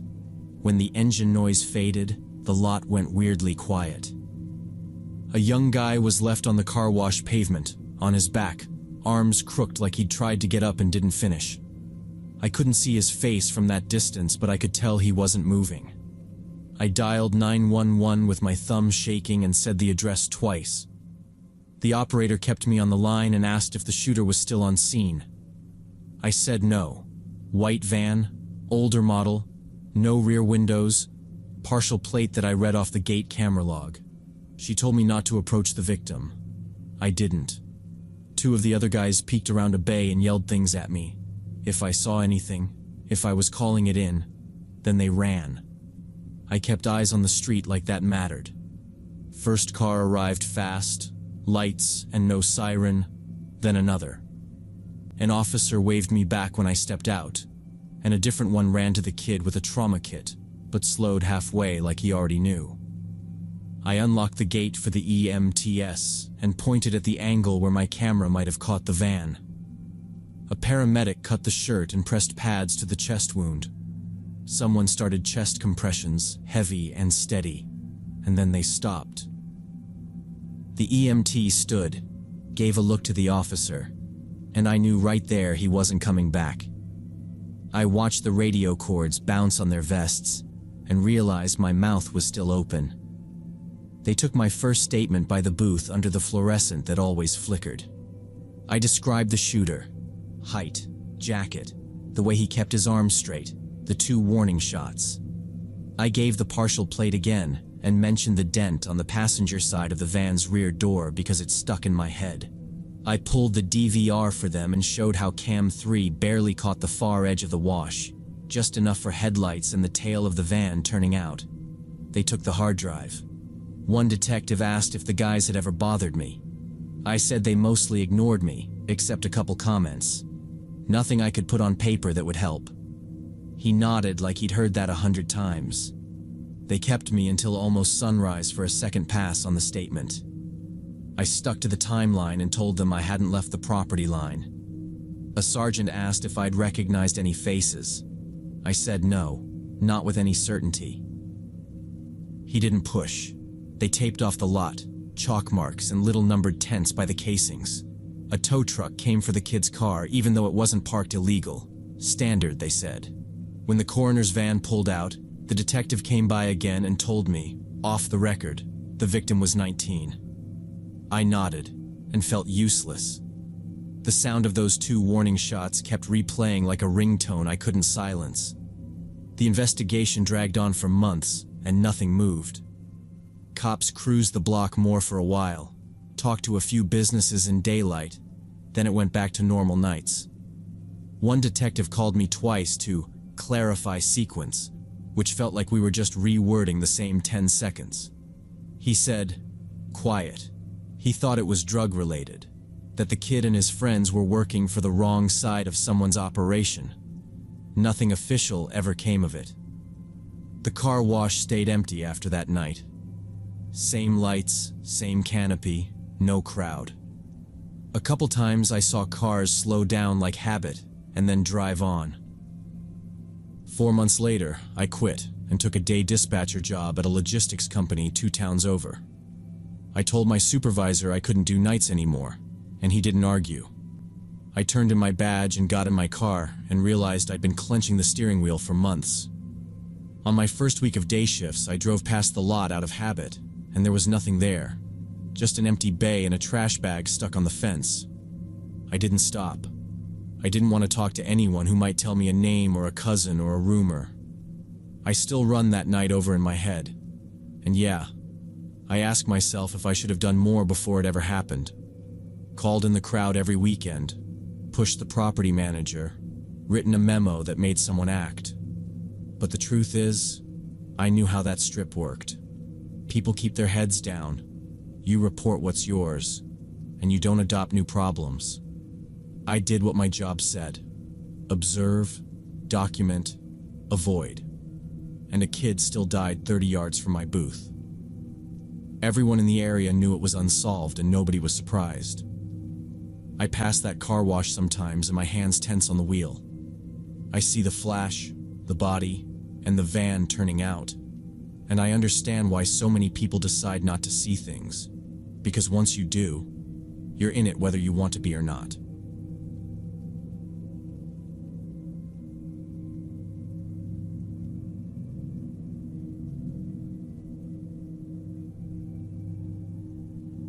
This happened early April when I was driving from Phoenix to Tucson in the afternoon. Around 3 p.m., hot as hell, highway mostly empty. I had the AC on low because mine cuts out if I push it, and I was kind of zoning out to a podcast. After about an hour of desert and sun glare, I saw her up ahead on the shoulder with her thumb out. I almost passed by. I don't pick up strangers. But it was stupid hot, and there was no shade, and leaving a woman baking out there felt wrong. I pulled onto the shoulder, rolled down the passenger window and said, "You okay?"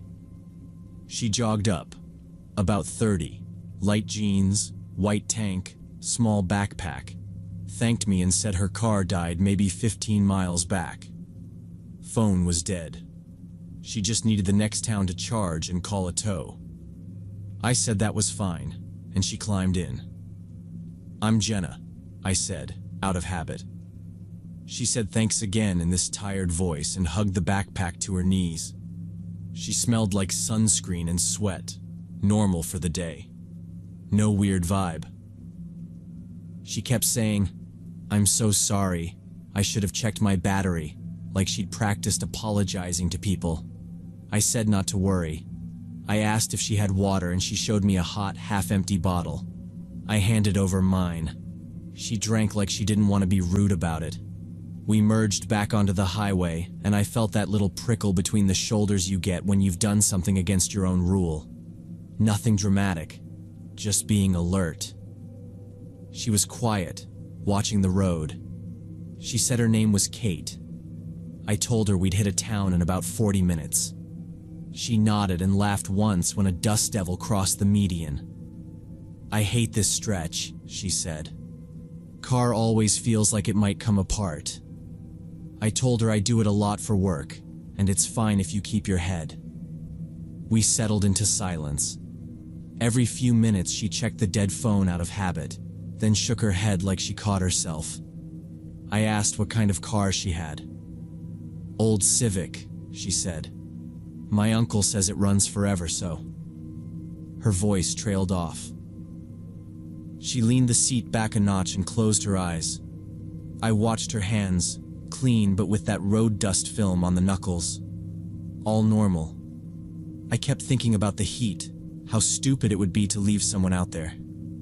I told myself I'd done the right thing. That helped, a little.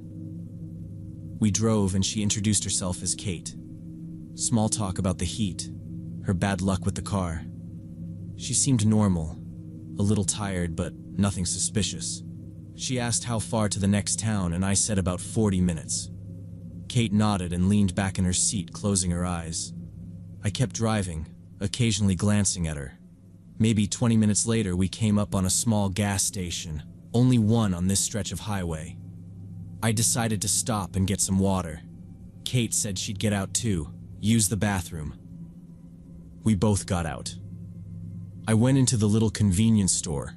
Kate headed toward the bathrooms on the side of the building. Inside, it was that old humming cooler sound, and a single guy behind the counter.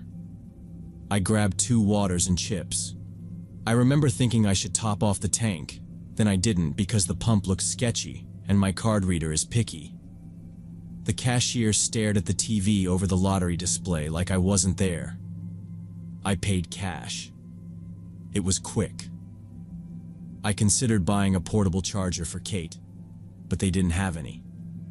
I figured we'd get to town, no problem. I could see my car through the window and the heat shimmer under it. Nothing felt off. Back outside, I walked straight to the car, set the bottles on the hood, and looked at the passenger seat. Empty. I waited, thinking she was washing her hands or whatever. I opened the chips and didn't eat any because that felt rude if she came back. 2 minutes, maybe 3.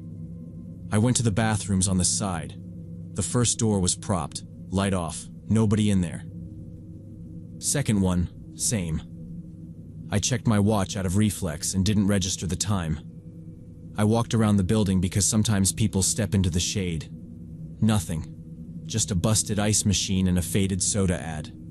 The property was small, a square of gravel and a strip of scrub behind it. No cars pulling in, no engine noise on the highway, just that low insect buzz you always hear out there. I did a second loop, a little faster. "Kate?" I said once, and my voice sounded dumb. I went back inside and asked the cashier if he'd seen a woman in a white tank top. He barely looked at me. "Nope," he said. "I said she came in with me in a white tank and light jeans." He blinked. Slow. "Ain't seen nobody but you," he said, tapping a pen on the counter. I told him she went to the bathrooms. He shrugged like he was being careful not to care. I stepped outside again and looked at the highway, expecting to see a car the color of nothing pulling off, door closing, something that made sense. Nothing. I thought, okay, maybe she got a ride. But the parking lot had only my car and the cashier's old pickup truck. I called the police and described what happened. The dispatcher kept me on the line, asked me to spell her name, which I couldn't because I only had Kate. She told me to stay with the car, keep eyes open, don't wander off into the brush. It took a while. The sun felt heavier. About 40 minutes later, a county sheriff truck rolled in, dust sliding off the fenders. He introduced himself, calm voice, not surprised. I repeated everything from the start. Phoenix to Tucson, saw her thumbing white tank, light jeans, small backpack, said her car was dead 15 miles back, phone dead.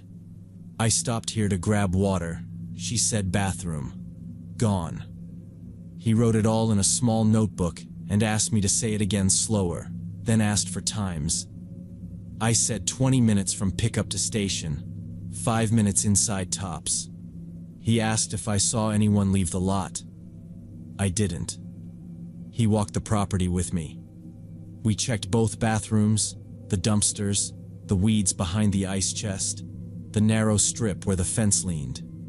Nothing.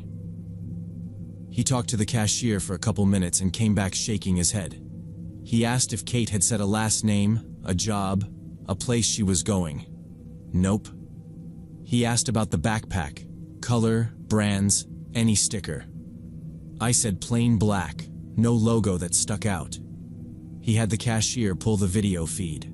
One camera, fixed on the pumps, low resolution. He scrubbed back and we watched me pull up, passenger side out of view. You could see me walk in, then out, hang around by my car. No other vehicles came or left. No human shape crossing the frame. The sheriff didn't make a big show of it. He just exhaled through his nose and said, "It happens fast sometimes." He took my license and plate, copied them, had me sign a statement.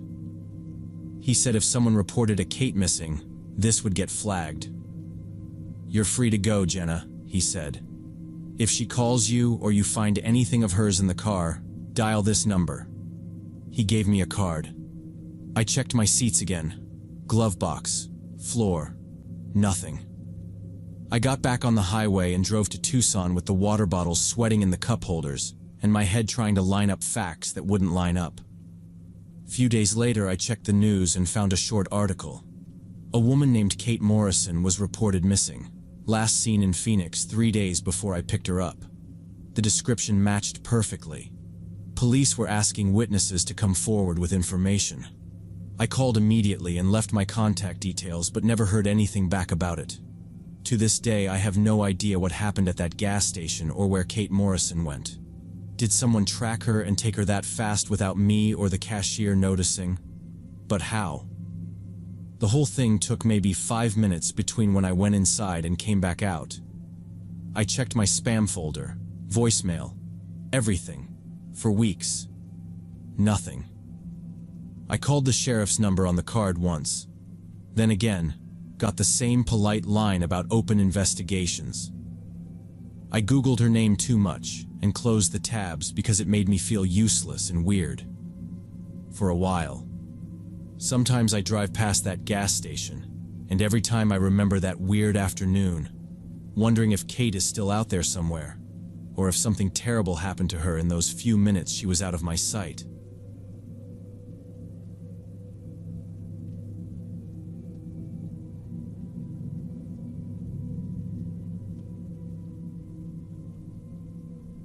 Way back in September last year, I work as an HR manager for a logistics company, office in an industrial zone in Indianapolis. I'm 42, not the type to spook easy, and I usually leave at 6. That Thursday went long. Suppliers dragged a quick sync into a 3-hour mess, and by the time I shut my laptop, it was a little after 9. Our security guy clocks out at 8. Lights were off in the hallway, that humming noise quiet buildings get. In the lot, it was just my Subaru and the same sleeper rig that always parks overnight. I remember thinking I should have packed leftovers, so I didn't have to scavenge cereal when I got home. The drive out is 20 minutes of highway. At the third light, I clocked a gray van 2 cars back. No windows on the back doors. Boxy, worn. Looked like any contractor's van. I changed lanes. It changed lanes. Not a big deal. Indy's full of trades. I exited toward my neighborhood, signaled early, took the ramp. The van took it too. That got my attention, but I told myself I was being dramatic.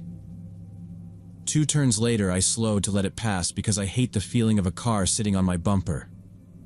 I actually braked a little longer at a 4-way. It didn't pass. It hung back at that same loose distance, like 60 feet, not committing. Street was dead. Strip mall dark, nail place dark, even the taco place dark. I passed my street. The van passed my street too. I told myself, okay, test it. I went straight, then another block, then right. The van kept the same lazy follow, never closing, never falling away. I cracked my window to hear if it was a loud engine. Nothing. My hands were damp on the wheel, which felt stupid, but the feeling wasn't going away. I cut through the residential off Maple where my coworker Sarah rents, thinking the driver would keep going if they weren't actually tracking me. It turned.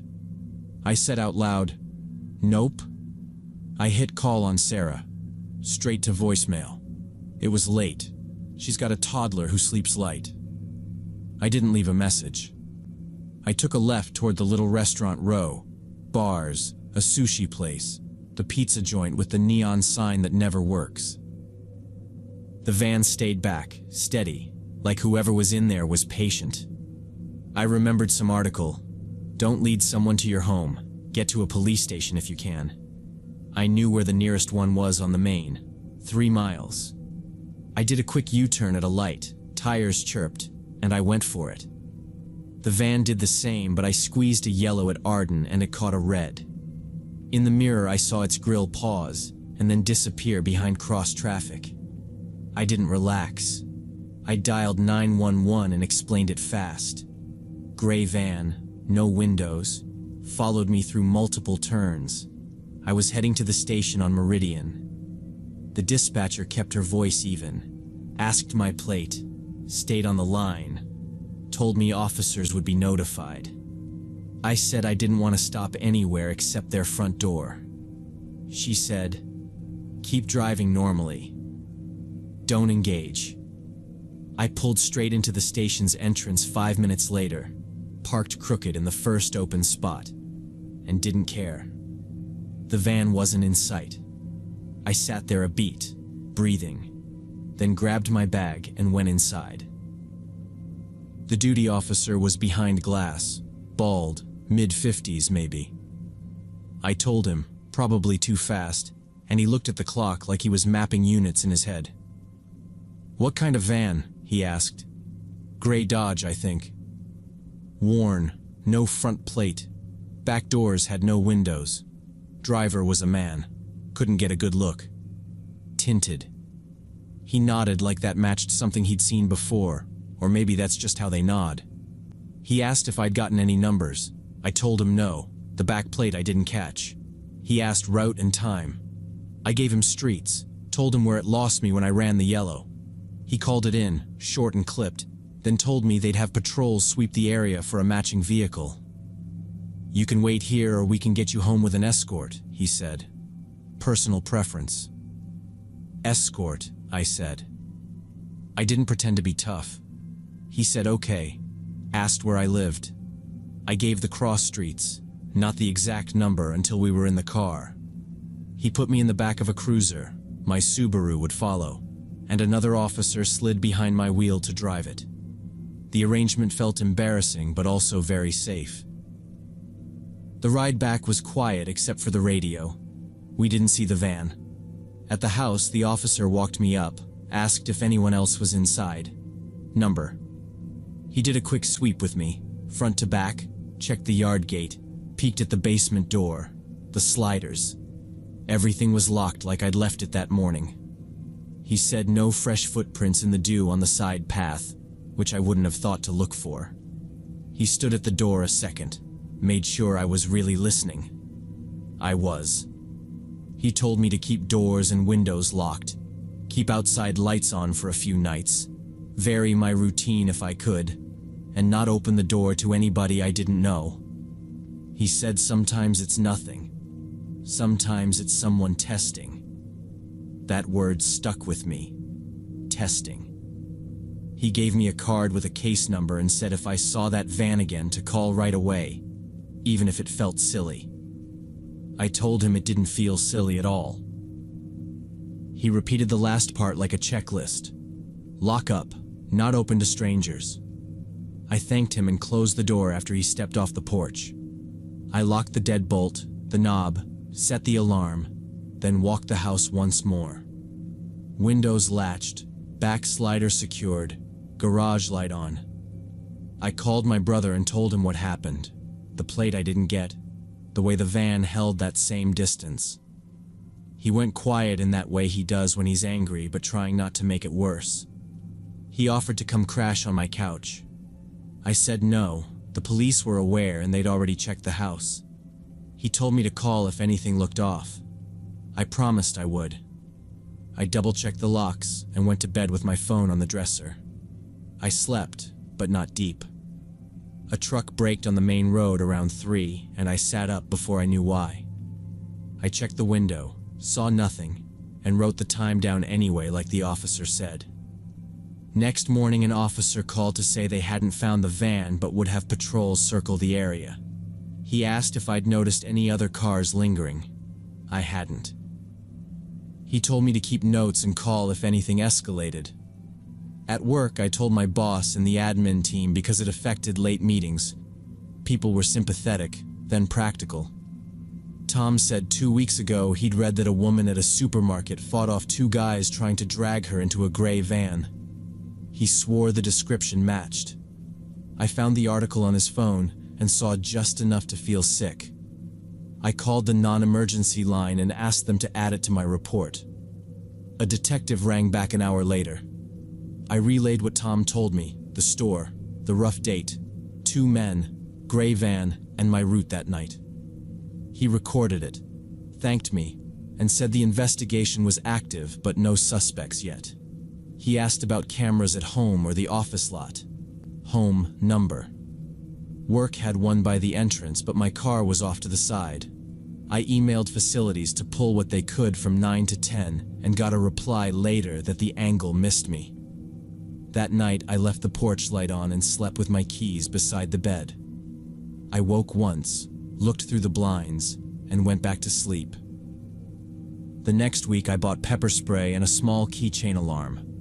I changed my route home, new exit, new streets, no autopilot. If we stayed late, I left with colleagues and parked under lights near cameras. Jess and Tom started walking me to my car and waiting until I was on the ramp. I texted my brother when I got home for the first week, then every few days. I also stopped posting anything that showed my routine.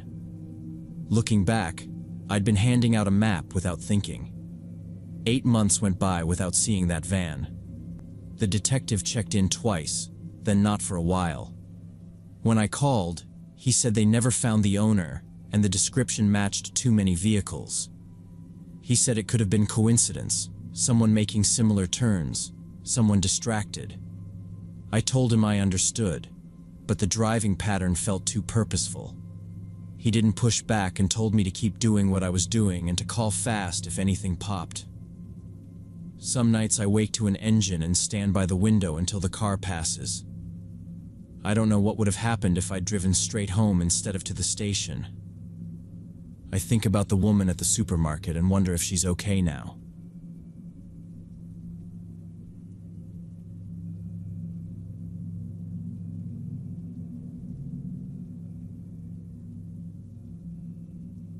Two years ago, our family bought a house in a new residential area on the edge of a wasteland. Former industrial zone the city planned to develop but never started. I was 16, living with my mom and younger brother Ethan, who was 12. The model house smelled like paint, the streets were half paved, and there were more porta potties than mailboxes. It felt temporary, like a stage set that hadn't figured out its actors yet. The sales guy called the empty land Future Parks. Locals called it the Wasteland. It was a wide, ugly mix of weeds and concrete slabs, with busted brick walls from old warehouses that never fully came down. Mom said we were lucky. Cheap mortgage, new build, decent schools if you didn't mind a bus ride. The area was quiet. Too quiet. At night you could hear wind buzzing through rebar. There were barely any neighbors, just one elderly couple 3 houses down, the Burns, who had a neat little yard and a motion light that clicked on every time a stray cat cut through. A week after we moved in, Mrs. Burns walked over with a pie balanced in both hands and this stiff smile. She talked like someone who was trying to sound casual and not scare us. She said while our house was being built, a man regularly came to the construction site and stood at the edge of the wasteland watching the workers. Mom thanked her, set the pie on the counter, and asked for details. Mrs. Burns didn't have many. Middle-aged, ordinary clothes, not tall, not short. He'd just stand there, sometimes early morning, sometimes late. She said the crew yelled at him twice and he left, but he kept coming back, always to the same crumbled corner where the weeds were taller. Mr. Burns asked him what he was doing, and the man said, "Just watching how the neighborhood changes." That line stuck to me like burrs. It sounded rehearsed, like something you say when you've already planned to say it. We weren't strangers to weird people. Our old apartment complex was loud on weekends. But this felt different. There weren't crowds to hide in here. It was open. Empty streets make you feel like you're the only story anyone could be watching. Mom thanked Mrs. Burns again and told her she'd keep an eye out. After she left, Mom laughed it off a little for Ethan's sake. "Probably a bored guy from that camp by the highway," she said. I nodded, because arguing in front of Ethan always made him anxious. The first months were boring in the way new places are. Boxes, minor fights over where the router should go, school bus routes. The Burns waved a lot. Then they started having problems. Mr. Burns mentioned it to Mom at the mailbox. Things were disappearing from their unlocked garage. Power tools, an old bike, some chairs. Small stuff. The kind of thing you only notice when you reach for it. They assumed it was teenagers or one of the homeless folks who sheltered in the old warehouse shells when the wind kicked up. Mom told him to call the non-emergency line, but he said he'd handle it. He was the type who says he'll handle it. They installed cameras, cheap ones that sent clips to his phone. A week later, they caught someone approaching the garage at night. The video was garbage. Grainy, a hoodie shape sliding past the edge of the frame. You couldn't tell if it was the same man Mrs. Burns had described, or just some neighbor kid trying not to be recognized. Mr. Burns reinforced the locks, put a deadbolt on the side door, and started locking the garage every evening after dinner. The thefts stopped. 3 days later, all the stolen stuff came back. They found it stacked neatly on their front porch at sunrise. No note. Just a tidy pile that looked like a photo from a hardware store ad. Saw, drill, bicycle, folded chairs, like someone wanted credit for organization. Mr. Burns carried each thing back inside and didn't say much. Mrs. Burns told my mom with this weird, half-angry, half-scared look that made me feel like I'd swallowed ice.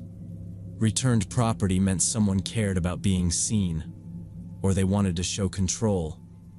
I remember Mom locking the front door while Mrs. Burns was still talking. After that, Mom got stricter. Doors locked even if we were inside. Windows latched, even in daylight. She set reminders on her phone for evening checks. She told me, if a package shows up, leave it till I'm home. It wasn't paranoia. It was a system. She even showed Ethan how to text our group thread with one word: home. Every time he got in from school. He rolled his eyes, but he did it. It made sense. You don't play brave in a place with too many places to watch from. October came fast. Shorter days. Earlier dark. One Saturday afternoon, I took our dog Charlie into the backyard because he was pacing the door. The yard backed right up to the chain-link fence, and beyond that was the wasteland, flat and brown with those broken warehouse teeth in the distance. It had rained the night before, so the ground out there looked darker in spots, like footprints could hold shape longer. I didn't go out. I didn't even open the gate. I stood by the patio while Charlie sniffed the fence line. He stiffened first. Ears up. The low growl he only used for weird noises. Foxes, once a drone.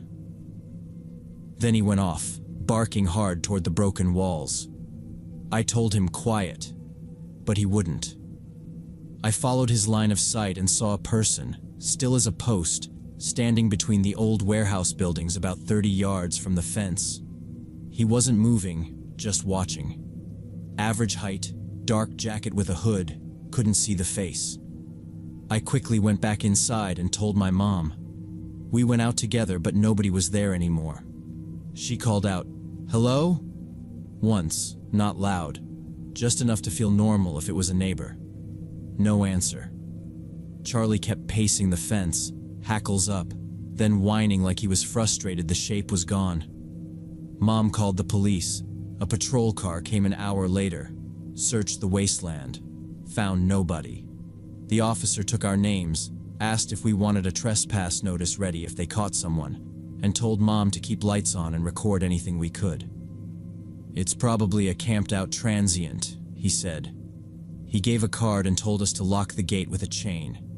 We did both. I wanted to believe that was the end. The last encounter happened in December. It was the kind of cold where the window glass feels wet. I couldn't sleep around 1 in the morning and was sitting in the kitchen with hot chocolate scrolling, when something thumped in the yard, like a lid clattering. I turned off my phone and listened. Another small scrape. I didn't flip on the porch light because I didn't want to telegraph that someone was awake. I eased the curtain with 2 fingers and looked out. Our trash can was angled open. A figure was there, shoulders bent, going through the garbage. He took something out, held it close to his face, and examined it by his phone flashlight, like he was reading. It wasn't frantic. It was methodical. I froze, not knowing what to do. Then he lifted his head and looked directly at the kitchen window, at me. Even in the dark, I saw his face in the phone light, ordinary. Nothing special, but the look was empty and cold. We stared at each other for about 5 seconds. I counted without meaning to. 1, 2, 3. My stomach felt heavy. 4, 5. Then he slowly put what he was holding back in the can, closed the lid with care, turned off the flashlight, and walked away into the darkness toward the wasteland. Not fast, not running, just turned and walked. I didn't chase. I didn't shout. I put the mug down because my hands weren't steady. I went straight to my mom's room and said, "He's here."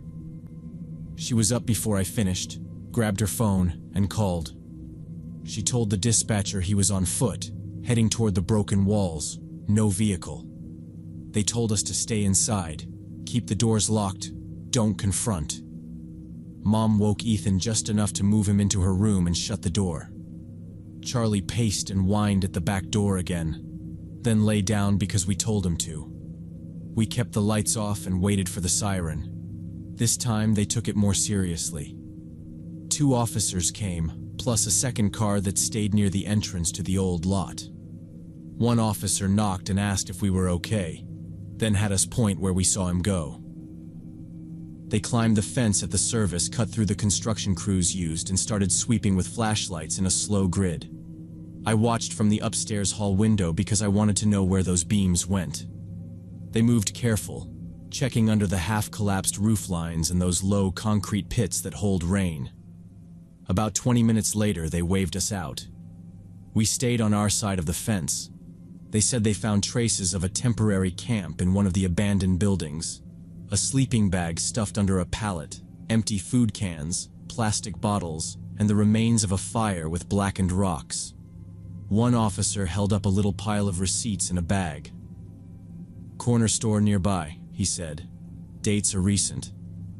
He told Mom they couldn't prove it was the same guy yet, but it was likely. He wrote a case number on the back of the card and told us to add motion lights to the side yard and keep trash inside the garage until morning pickup. Mom did all of it. She also moved a small bin into the pantry for anything with our names on it. Labels, mail shreds, prescription stickers, so we could bag that separately. She told Ethan, "No taking the dog out alone." Not for a while. He didn't argue. The Burns came over the next day and said their cameras caught nothing except the patrol cars, but Mr. Burns added 2 more lights anyway. We all started texting if we saw anything odd. Mrs. Burns stopped taking her morning walks by the fence line. Nobody said stalker, but everyone did the math. The police increased patrols. We saw the cruiser cut through twice a night for a couple weeks, then less. But there was still a pattern. No one knocked our trash over again. No footsteps by the fence. No silhouette between the walls. School. Winter break. Then spring. The wasteland stayed empty except for wind and plastic bags. We haven't seen him since. 8 months have passed.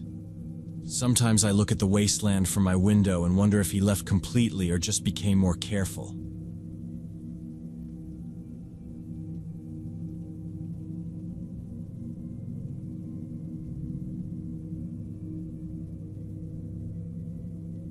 It happened back when I was 20, in my second year of college in Michigan. I was working as a food delivery courier to make extra money, and I was pretty shy, never had any serious relationships. I spent most of my time studying. One day this guy Colin messaged me on a dating app. His profile showed a guy in his 30s, athletic build, with blurry photos taken outdoors. He was pushy from the start, wanted to meet up the next day, go to a bar to hear live music. I wasn't sure because I had zero experience with this kind of thing, but Colin kept insisting, promising it would be casual. I finally agreed, thinking it was time to step out of my comfort zone. We agreed to meet at a shopping mall entrance at 7 p.m. Colin said we'd drive from there in his car. All day I told myself to keep it simple. Public place, my exit if it felt off. I didn't tell friends because I didn't want the comments. I even said it out loud in my apartment like practice. If it's weird, I leave. It helped a little. I wore a clean hoodie and decent shoes and tried not to look like I'd sprinted over there. At 6:55 I was outside the mall, pretending to scroll while I watched people push strollers and carry bags. I kept thinking I should have driven my own car and just met him there. But I was trying not to be the paranoid kid who never tries anything new. When I showed up, Colin was already waiting, but he looked different from his photos. Older, with an unshaven face and nervous eyes. I decided not to show my disappointment and said hello. Colin immediately suggested we get in his pickup truck parked at the far end of the lot. On the way, he explained that the bar was outside the city, about 40 minutes away. I got suspicious because his profile mentioned a place downtown. Colin assured me the atmosphere was better there and less crowded. I didn't want to seem uptight, so I kept quiet. He walked fast, talked faster, like we were late for a thing I didn't know about. I noticed the truck had out-of-county plates. That detail stuck with me for no real reason, just filed away. As we pulled onto the highway, Colin started asking strange questions. Where exactly did I live? Who was I renting with? Did I have roommates? I answered vaguely, saying I lived with 3 guys from the lacrosse team, though I actually lived alone in a studio. Colin kept nodding and checking his rearview mirror constantly, like he was making sure nobody was following us. I asked what kind of music the bar had, and he said, "Local acts. You'll like it," then went back to questions. What building was my classes in? Was my landlord strict? Did I cook? I gave soft answers and turned my phone brightness down. He noticed me doing that and smiled like he knew a joke I didn't. About 20 minutes in, he drifted a little. He laughed, said he was hungry. He reached over to adjust the vent on my side and let his hand rest there a second. I edged closer to the door. He noticed and shook his head like I was being dramatic. I told him I had to be back early. He said, "We'll be quick," and tapped the wheel like a metronome. When he wasn't talking, he was breathing through his mouth in short bursts, like he'd jogged upstairs. After half an hour, Colin took an exit onto a country road. He said it was a shortcut. There were only fields and occasional farms around. It was getting dark. I felt anxious and asked him to turn on phone navigation so I could see the route. Colin brushed it off, saying he knew the way by heart. I opened maps and watched the dots slide, then flicker. He laughed and said, "Service is trash out here." Then he suggested I grab a beer from the cooler in the back seat. I refused, saying I had to get up early tomorrow. But Colin kept pushing, saying 1 can wouldn't hurt. I said I don't drink in cars. He laughed like that was cute. He cracked one for himself and took a sip with one hand on the wheel. I watched the speed drop as he talked. I asked him to send me the address so I could put it in my phone. He said the bar was cash only and off the maps, hole-in-the-wall type. I said that didn't make sense. He shrugged and took another right onto a road with no lines. I texted a friend's number I hadn't used in months with a quick message. With Colin, silver pickup, last sign said Porter. No idea if it sent. He glanced at my phone and grinned. "You keeping your boys updated?" I said, "Yeah." He tapped the mirror again. "Attaboy." Then he suggested I check the cooler again, said there was soda too. I said I was fine. When I refused a second time, Colin suddenly braked hard on the shoulder and turned to me looking irritated. "Can't you relax at all?" he asked, putting his hand on my knee. I pulled away and asked him to turn back, said I'd changed my mind about the bar. Colin smirked and said we'd keep it short. I said no. Turn back. His smile faded. He stared through the windshield, jaw working. "You're making this complicated," he said. He eased off the brake and rolled forward on the gravel, slow. I held my phone up like I was about to call someone. He glanced at it, then back at the mirror. "We already passed the last turn," he said. "It's fine." We drove another minute in silence. I unlocked my door, not to jump, just to know I could. He heard the click. "Relax," he said. The road narrowed to a single lane with ditches on both sides. He killed the radio. No lights anywhere, just fence posts flashing past in the beams. I said, "There's no bar out here." He didn't answer. Then he smirked and said we'd already arrived, though there were no buildings around, just an old barn in the distance. I realized I was trapped. I opened the truck door and said I'd get out here and call a taxi. Colin grabbed my wrist, squeezing hard, and hissed, "Don't be stupid, we're having such a good time."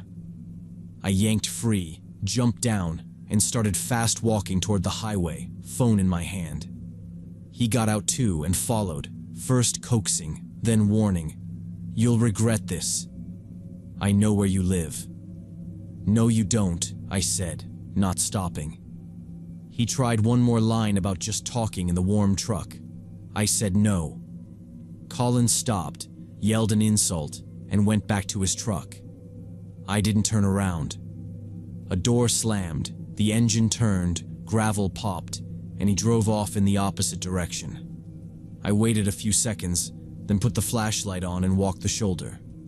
No cutting fields, no rides, just forward. The map dot crawled. A pickup passed and I stepped off the gravel, ready to ditch if it slowed. It didn't. I tried a taxi number. Call failed. I texted myself the last sign and the mile marker so there was a record. My wrist throbbed where he'd squeezed. I tucked it in my sleeve and kept moving. After nearly an hour, a gas station sign showed.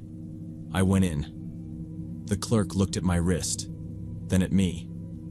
I asked to call a taxi and wait inside. He slid over the store phone when mine had no signal. I ordered a ride, bought water, and stood by the counter until headlights turned in. I gave cross streets near my place, not the exact building. I got home after midnight, shaking from cold and fear. I locked the door, checked rooms, and sat on the floor until my breathing eased. The next day, I blocked Colin on every app and deleted the profile. A week later, anonymous texts started. "Watch your back. See you soon." And one that said, "Nice place." My stomach dropped at that one. I walked to campus police with my phone and the gas station receipt. The officer took screenshots, filed an incident report, and asked if I wanted escorts for a few days. I said yes. I changed routes, varied exits, and asked a neighbor to text me if my door looked messed with. After that, the messages stopped. I didn't tell my parents. It felt like admitting I'd put myself in danger, even if I know that isn't fair. I stayed off dating apps for months. I planned daytime errands and shared my location when I did go out. 3 days after the threat stopped, I left town with my department for a weekend conference. I kept replaying the mirror checking and how fast he switched when I said no. About a year later, the local news ran a segment about a man charged with assaulting students he found through dating apps. Colin's photo was in the lineup. Same eyes, just a mugshot now. I called campus police, referenced my report, and they connected me with detectives. I gave testimony, route, barn, gas station, threats, texts, the clerk who saw my wrist. My story became one of 6. I sat outside the courtroom once and heard someone else describe the same questions about roommates. When the sentence came, 15 years, I exhaled. I'm still grateful for the instinct that made me lie about my roommates and get out of that car when there was still time. Looking back, that conference trip wasn't just lucky timing. It probably saved me from becoming another one of his victims who might not have been able to escape.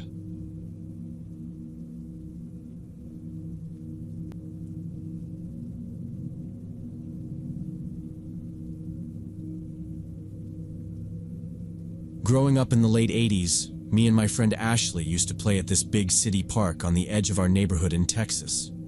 We were both 10 years old, and every day after school we'd go to the playground in the far corner of the park where it was less crowded. That was our favorite spot. It had these old swings and an open field where we'd play catch. Our parents let us go alone as long as we were back before dark. One Friday in early summer, we were playing dodgeball on the field when we noticed this man sitting on a bench about 20 meters away. He was wearing a dark jacket even though it was hot outside, and he was just staring in our direction without looking away. At first, I didn't pay attention, figured he was waiting for someone. But Ashley whispered that he'd been sitting there for half an hour without moving. I said maybe he was a dad and his kid went to the bathroom. She shook her head and said, "He hasn't looked anywhere but here." I pretended to focus on the ball, but I checked again and she was right. He wasn't shifting around, no fidgeting, just fixed on us in this weird, steady way. I told myself not to be dramatic. We kept our game small, staying near the swings, but every time I turned, I caught his eyes. I told Ashley we'd play 2 more rounds and then head home. She made a face like I was being bossy, but she agreed. The sun was still high, but the long stretch of trees behind the field felt different, like you notice it only when you think about who could be standing in there. We kept playing, but we kept looking back at the man. Suddenly he stood up and slowly started walking toward us, still staring. I felt like we should leave and I called to Ashley, but she laughed and said we were being too paranoid. The man came closer and suddenly spoke. His voice was quiet but clear. He asked if we'd seen his dog, a German shepherd that ran away into the park an hour ago. We said we hadn't seen it, and he asked us to help look, suggested checking the bushes by the creek behind the playground. Ashley was already about to agree, but I noticed the man didn't have a leash or collar or anything people usually bring when looking for a dog. I said we had to go home and pulled Ashley's hand. The man stepped closer and repeated his request, more insistent now, adding that it would only take 5 minutes and he'd give us $5 each for helping. He held up his palm like he was about to fish for money, but his hands were empty. I told him our moms didn't let us go to the creek. He said we didn't have to go far, just to call out in the brush, and he pointed past the swings toward the trees. Ashley asked what the dog's name was. He stared a second too long, then said, "Ranger," like he decided on it right there. He added that Ranger liked kids and might come if we called. I said, "We can tell the park office," and I gestured toward the main path where the bulletin board was. He said that wasn't necessary, and that the office was closed, and this is urgent. Ashley looked at me, unsure now. The man looked over his shoulder at the field, no one else was close, and then back at us. 5 minutes, he said again, with the same cold tone he'd been using. My stomach dropped. I instinctively backed away and said loudly, "No, we need to go. My mom is waiting." I grabbed Ashley's hand and walked quickly toward the park exit. Ashley resisted at first, thinking I was overreacting, but when she looked back and saw the man following us, she sped up too. We didn't run at first because I didn't want to trip or make him run. I just wanted people to hear us if we had to yell. He kept the same steady pace, not close enough to touch us, but not letting the distance grow either. Ashley whispered, "Maybe he lives nearby," and I said, "Then he doesn't need us." We were almost to the main path by the picnic tables when he said, from behind us, "Just 5 minutes." I said, "No," louder. A couple looked over. The man stopped talking but kept walking. We cut across the grass toward the park exit sign. A jogger turned his head. I waved without stopping. My mouth felt dry. We were almost running toward the exit, and the man kept walking behind us, not speeding up, but not falling behind either. I told Ashley, "If he gets closer, scream." She nodded, eyes wet now, like it finally clicked for her the way it had for me. When we ran out onto the street where cars were passing and people were walking, the man stopped at the edge of the park and just stood there watching us. He didn't step onto the sidewalk. He just fixed on us the way he had on the bench, like he was waiting for us to come back. We crossed without waiting for the light because a truck slowed and waved us through. I looked back once more. He was still there, hands in the jacket pockets, standing so still it made my skin crawl. We ran all the way to my house and burst inside, out of breath and scared. My mom didn't understand what happened right away, but when we explained, she immediately called the police. Police arrived 20 minutes later, listened to our description, and said a patrol would check the park. But when they came back an hour later, the man was already gone. The next week, my mom showed me an article from the local newspaper. Police were warning parents about a man who'd been approaching children in city parks, offering to help find lost animals.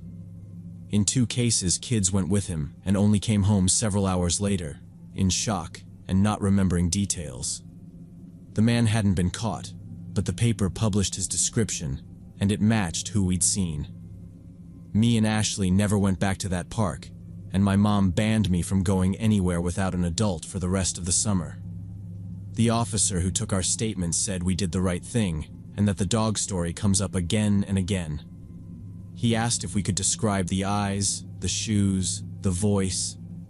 I said his voice was flat and careful, and his shoes looked clean like office shoes. Ashley added that he said the dog's name too slow. The officer wrote it all down and gave my mom a pamphlet about safety that looked like homework. That weekend, my mom called Ashley's mom, and they made a schedule so one of them was always with us if we wanted to go anywhere besides our own yards.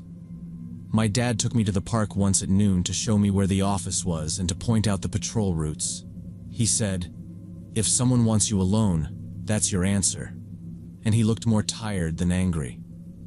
I kept thinking about how normal the man tried to sound, and how the jacket made no sense in that heat. At school the following Monday, our teacher held up that newspaper and said the district had asked them to talk to us. She told us never to help look for pets with a stranger, never to get close to a car for directions, and to walk toward other adults if something felt wrong. A boy asked what if the pet really is missing. She said to tell an adult and let them handle it. There was a silence that made me feel like we were all picturing the same bench. At recess, I noticed how many grown men stood alone by the fence watching their kids play, and how some didn't. I wasn't scared of every face. I was just done with giving the benefit of the doubt when my gut said no. When I said we should leave, she left. Her dad switched his work break so he could walk us home twice weekly. By July, the paper ran another warning, and the description still sounded like him. Years later, I think about what could have happened if I'd listened to the man and gone to look for a non-existent dog in the bushes. Me and Ashley sometimes discuss that encounter, and Ashley thanks me every time for insisting we leave, for not giving in to his persuasion. I learned that day that sometimes your gut feeling is more important than being polite, and that predators often use kindness and reasonable requests to lure victims. I never found out if police eventually caught that man, or how many other kids he approached before or after us. But I'm grateful I noticed the missing leash, and that Ashley trusted me enough to run when I said we needed to go. Even though she thought I was overreacting at first, I still teach my kids that rule.